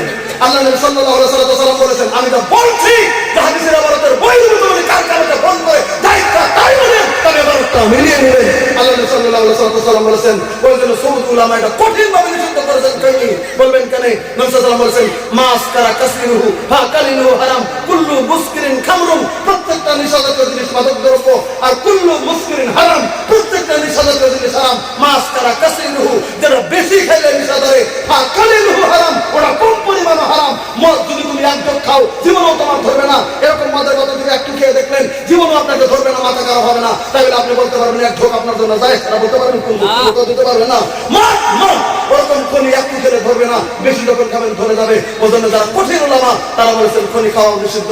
কাছে আপনাদেরকে আমি কথা বলবো, এরকম করে জিনিস আল্লাহ তাআলা বলেছেন আলা তুলকুরা ইয়াতুমিলা তুহলিকা, তোমরা নিজের দিকে নিজের ধ্বংসের দিকে ঠেলে দিও না। তাহলে খনি খাইলে তার দ্বারা ওখানে মাদক দ্রব্য খনির প্যাকেটের মধ্যে লেখা আছে খনি খেলে ক্যান্সার হয়। তাহলে দেখাশোনা করার পরে খনি খেলে এখন মৃত্যুর কারণ, খনি যা দ্রব্য মাদক দ্রব্য মৃত্যুর কারণ, এটা লেখার পরও মৃত্যুর কারণের দিকে কেন আমরা দামি ঠেলে দিচ্ছি? যারা মৃত্যুর কারণ বলা হবে সেখানে আমি কেন যাবো?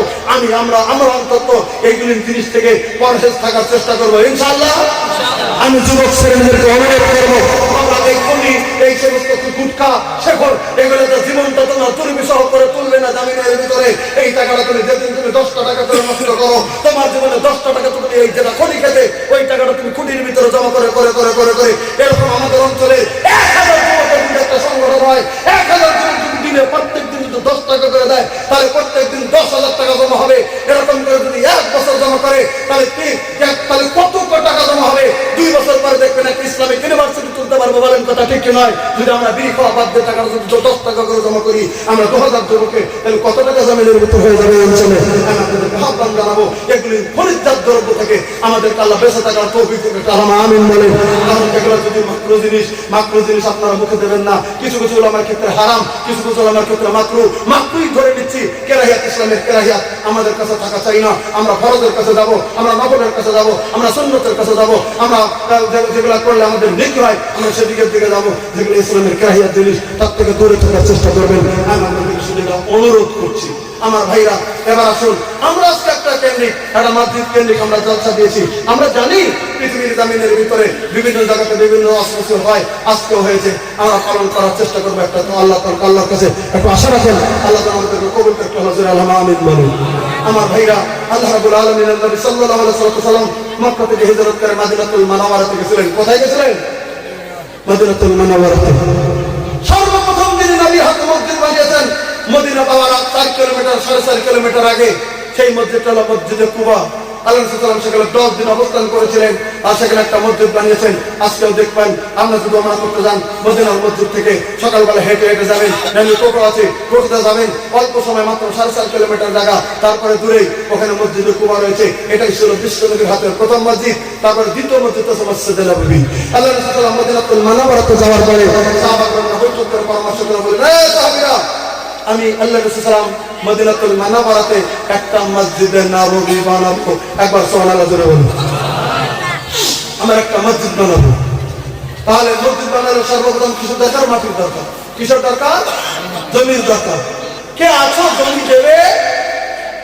এক সাহেব বলছেন যত কিছু জমি লাগে আমি দেবো, আমার জমিতে করেন। আর সাহেব বলছেন না, ওনার জমি থেকে আমার জমি আলাদা, আমার জমিতে করেন। আর আমার জমি সব থেকে দেবে, আমার জমি করেন। আর একজন বলছেন না, আমাদের এই অঞ্চলের সব থেকে আমার মাটি হলো, আমার জমিতে করেন। আচ্ছা জোরে বলেন তো মসজিদ কয়টা করবেন? জোরে বলেন কয়টা? আর জমি দুই না মানুষ দাঁড়িয়ে গেল অনেকটা। এখন নতুন নতুন নবী গেছেন, নতুন নতুন সব আনসারী সাহাবী। এখন একজনেরটা নিলে আরেকজনের মনে দুঃখ পাবে, আমি দিতে চাইলাম নবী আমারটা নিলেন না। বলেন কথা ঠিক নয়? আল্লাহ সাল্লাম বললেন তোমাদের কাহারই জমি নেওয়া হবে না, তোমাদের কাহারই জমি নেওয়া হবে না। সাহাবা কেরাম জিজ্ঞেস করলো মসজিদ আমরা বানাবো না? বানাবো, কিন্তু আমি তোমাদের জমি গ্রহণ করবো না। তাহলে আপনি কোথায় বানাবেন? আল্লাহ বললেন মক্কা থেকে হিজরত করে চলে আসতে আমি যা উটনির পথে সওয়ার হয়েছি মসজিদের জমির জন্য আমার উটনিকে আমি জমিনের ভিতরে ছেড়ে দিয়ে দেব। আমার উটনিটা যে জায়গার ভিতরে শুইবে, যে জায়গার ভিতরে আমার উটনিটা বসে পড়বে, সেই জায়গার ভিতরে আমি নবী মসজিদে নববী বানাবো। জোরে বলেন সুবহানাল্লাহ। আল্লাহ রাব্বুল আলামিন নবীর ভাষা চিন্তা সব কিছু বুঝতেন। নবী বলে দিলেন উটনি রে, মসজিদে নববীর জন্য তোমার ইচ্ছা মতো তুমি যা তুমি বলতে যাবে। উটনিটা ছেড়ে দাও মসজিদে নববীর জমির জন্য। কত বড় বড় বড় বড় বড় বড় লোক আশা করে আছে আমার জমির উপরে শুনে মসজিদ বানাবো, আমার জমির উপরে শুনে মসজিদ বানাবো, আমার জমির উপরে মসজিদ বানাবো। কত বড় বড় লোক না না না না না উঠটা যেতে যেতে যেতে যেতে যেতে যেতে যেতে যেতে দুটি ইতিম ছেলে, একজনের নাম সাহার আর একজনের নাম সোহাইল। দুইটা ইতিম ছেলে বাবা নাই মা নাই, ওই ছোট ছোট দুটি কেমন ঢুকতে মাসের ছেলে ওই ছেলের জমির উপরে আল্লাহ তাআলা উটটা বসে পড়লেন। সুবহানাল্লাহ, একবার জোরে বলে। সোহলার সোহেলের জমির উপর উঠতেন, বসে পড়েছেন। ভাই গো, সোহেলের দলের ভিতরে ছিল, দৌড়ে এসে বলতো, নবীজি গো, আপনি তো আদা করেছেন বলে কি আপনি যে উঠের যে জমির উপর উঠতে শুনে সেখানে মসজিদ বানাবেন। আমরা সোহল সোহেল দুই ভাই, নবী গো, আমাদের জমির উপর আপনার উঠতে বলেছে, এই জমিটা দিয়ে দিলাম, এখানে আপনি মসজিদ বানান। তো একবার সুবহানাল্লাহ বলে। হ্যাঁ, মসজিদ আনসার যুবক সাহাবীরা কেবলমাত্র তোমার কিন্তু মসজিদে নববীর জন্য খুশি হয়ে গেছে। নবী খবরে দেখলেন দুটি বাচ্চা তিন বাবা নাই, ছেলে দুটা। নবী সাহাবাকে আমাকে বললেন, সাহাবীরা রে, মসজিদ এখানে হবে, তবে একবারে খালি মূল্যে নেবে না, কারণ এদের কিছু মূল্য দিয়ে দাও। তখন দিনের সিদ্ধান্ত করে আল্লাহ রাব্বুল আলামিনের নবী সাহাবাদের কাছে এরকম করে চাদর পেতে দিলেন। অবসর আবু বকরের চাদর সবকিছু দেওয়া হলো, দিরহাম দেওয়া হলো, দিয়ে দল দিনার ওই সোহরার সোহেলকে দিয়ে ওই জমির ভিতরে আল্লাহ রাব্বুল আলামিনের নবী মসজিদে নববী বানিয়ে দিলেন। চলে একবার সুবহানাল্লাহ বলে। আমার ভাইরা, বর্তমান মসজিদে নববী রয়েছে মদিনাতুল মুনাওয়ারা সোহল সোহেলের জমির উপরে। 2019 সালে যখন লকডাউন হলো, লকডাউনের আগের বছর 2018 সালে ওই যে 48 লক্ষ হাজি একবার হজ করতে গেল সেই মদিনা মক্কাতুল মুকাররমা মদিনাতুল মুনাওয়ারাতে। এখন যদি হজ করতে যান, মদিনায় 40 ওয়াক্ত নামাজ পড়তে হয়, মদিনার মসজিদে 48 দিন থাকতে হয়, 40 ওয়াক্ত নামাজ পড়তে একটা হাজির করতে হয়। তাহলে কোনটাই এবার 52 লক্ষ হাজি হজ করে দেন, 52 লক্ষ হাজি সোহেলের জমিতে, 50 লক্ষ হাজি সোহেলের জমিতে 40 ওয়াক্ত করে নামাজ পড়েছেন। তো একার সুবহানাল্লাহ বলে। জমিটা কার? জমিটা সোহলার সোহেল দুটি দিন ছেলে সেদিন কবরের ভিতরে, যেদিন মারা গেছে কবরে ফিরেছেন, কিন্তু কোটি কোটি মানুষ নামাজ পড়ছে, কোটি কোটি নেকি সোহলার সোহেলের কবরের ভিতরে চলে যাইতেছে। সুবহানাল্লাহ জোরে বলেন। আমার ভাইরা, আল্লাহ মদিনাতুল মুনাওয়ারার মসজিদে একটা সাহাবী ছিল, হুজুর গো, আমার মা মারা গেছে, আমার নামাজ পড়তাম সব কিছু, হঠাৎ করে মা মারা গেল, আমি মার নামে ইন্না উম্মুক তুলিফাত নাফসুহা, আমি গো আল্লাহর নবী, আমার মা হঠাৎ করে মারা গেল, আমার মা তো কবরে শুয়ে দিয়েছি, আপনার কাছে চলে এসেছি। আমি যদি ওয়াজুন হলো তাকাল্লামাত তাসাদদাকাত, আমার মা যদি বেঁচে থাকতেন আমার মা অবশ্য দান করতেন, কিন্তু মা কবরে চলে গেল। আমি আপনার কাছে একটা মশলা জানতে চাই, বলে কি আমি যদি মার নামে পৃথিবীর জমিনের ভিতরে আল্লাহর রাহিল্লাহ যদি খরচ করি, আমার মাকে কবরে নাকি ঢাপাবে কিনা? হাদিস বুখারী শরীফের ইবারত থেকে বলছি, কিতাবুত তাওহীদ থেকে হাদিস রয়েছে, কালেমার তালকিনের বাবের পর হাদিস চলে যে 181 ধারার ভিতরে আল্লাহ রাব্বুল আলামিন বললেন, ফাকালাম না, আমি নবী তোমাদেরকে জানিয়ে দিলাম, তোমার মার নামে যদি তুমি দাও তোমার মা যেটা আছে, তুমি ছেলে হয়ে যদি তোমার মার নামে দিয়ে দাও, তোমার মা কবরে শুয়ে থেকে নেকিটা পেয়ে যাবে। আমার ভাইরা, আজকে জমিনের ভিতরে আমি একজন ভাই চাইছি, মার কথা মনে করে তার মা নয়, পৃথিবীর জমিনের ভিতরে এই বুখারীর হাদিসটা শুরু হলো করার জন্য। আজকে মসজিদ এখানে আপনারা শুরু করে দিয়েছেন, মসজিদ উপরে তলা করছেন, যেখানে হাজার হাজার মানুষ জমিনের ভিতরে নামাজ পড়বে কিয়ামতের দিন পর্যন্ত। নামাজ হয়ে যাবে। এই মসজিদ বানানোর জন্য সর্বপ্রথম এই মসজিদের পোস্টের জন্য কে আছেন, সর্বপ্রথম হাতটা তুলে দেবেন যে মসজিদের প্রস্তাবে থেকে 18টা বা 20টা পোস্ট লাগবে, সমস্ত কিছু আল্লাহ রাব্বুল আলামিনের রাস্তায় দান করে দেবেন। একজন আছেন মসজিদের পোস্টের জন্য সর্বপ্রথম আলোচনাকরণে একজন ভাইয়ের কাছে আবদার করেছেন, জমিনের ভিতরে আল্লাহ রাব্বুল আলামিনের কাছে নিজের মার কথা মনে করে মসজিদের পোস্টের কথা আজকে জমিনের ভিতরে গিয়ে একটু দোয়াটা করে দেব, আল্লাহ যেন কবুল মঞ্জুর করে নেয়। আমার একজন দিদি ভাই আসুন যে মসজিদের পোস্টগুলি জমিনের ভিতরে দান করে দেবো। একজন ভাই যারা আছেন ইনশাআল্লাহ আসুন। এখানে মসজিদের একটা স্কিমে বানানো হয়েছে, তো কতটুকু লাগবে পোস্ট, কতটুকু লাগবে ইনশাআল্লাহ। মসজিদের পোস্টের জন্য আমি আগে একজন ভাইয়ের সাথে আলোচনা করেছি, উনি ইনশাআল্লাহ স্বীকারোক্তিও দিয়েছেন যে মসজিদে মোটামুটি ধরেন 18টা পোস্ট লাগবে, আর 18টা পোস্টে 2 লক্ষ টাকা খরচ হবে মোটামুটি। উনি বলেছেন যে 2 লক্ষ টাকাটা আমি আজকের জামিনে স্বীকারোক্তি দিয়ে 2 লক্ষ টাকা যেটা মসজিদের যতটুকু পোস্ট উনি অ্যাপ্লাই করে দেবেন, রথ থেকে শুরু করে সমস্ত কিছু বুঝবেন। আসেন আচ্ছা ঠিক আছে ভাই যান হ্যাঁ আছে এখানে আছে এখানে ইনশাআল্লাহ। উনি আমার কাছে স্বীকারোক্তি দিয়েছেন, ওনার নামটা লেখে নেন, ওনার নাম লেখে নেন, আমার সঙ্গে কথা হয়ে গেছে। উনি আগেই দানটা দিয়েছেন, শুধু জালসার মধ্যে প্রকাশ করতে হলে আমি রুমে তাকে আলোচনা করে নিয়েছিলাম যে প্রথম দোয়াটা আপনার জন্যই করবো। ওনার নাম জাহিদুল ইসলাম সাহেব। উনি এই মসজিদে 18টা পোস্ট লাগবে, টোটাল উপরতলা পোস্ট, টোটাল 2 লক্ষ টাকা খরচ হবে। উনি বলছেন আমি একাই আমি মার নামে টোটাল পোস্ট গুলি আমি দিয়ে দেবো।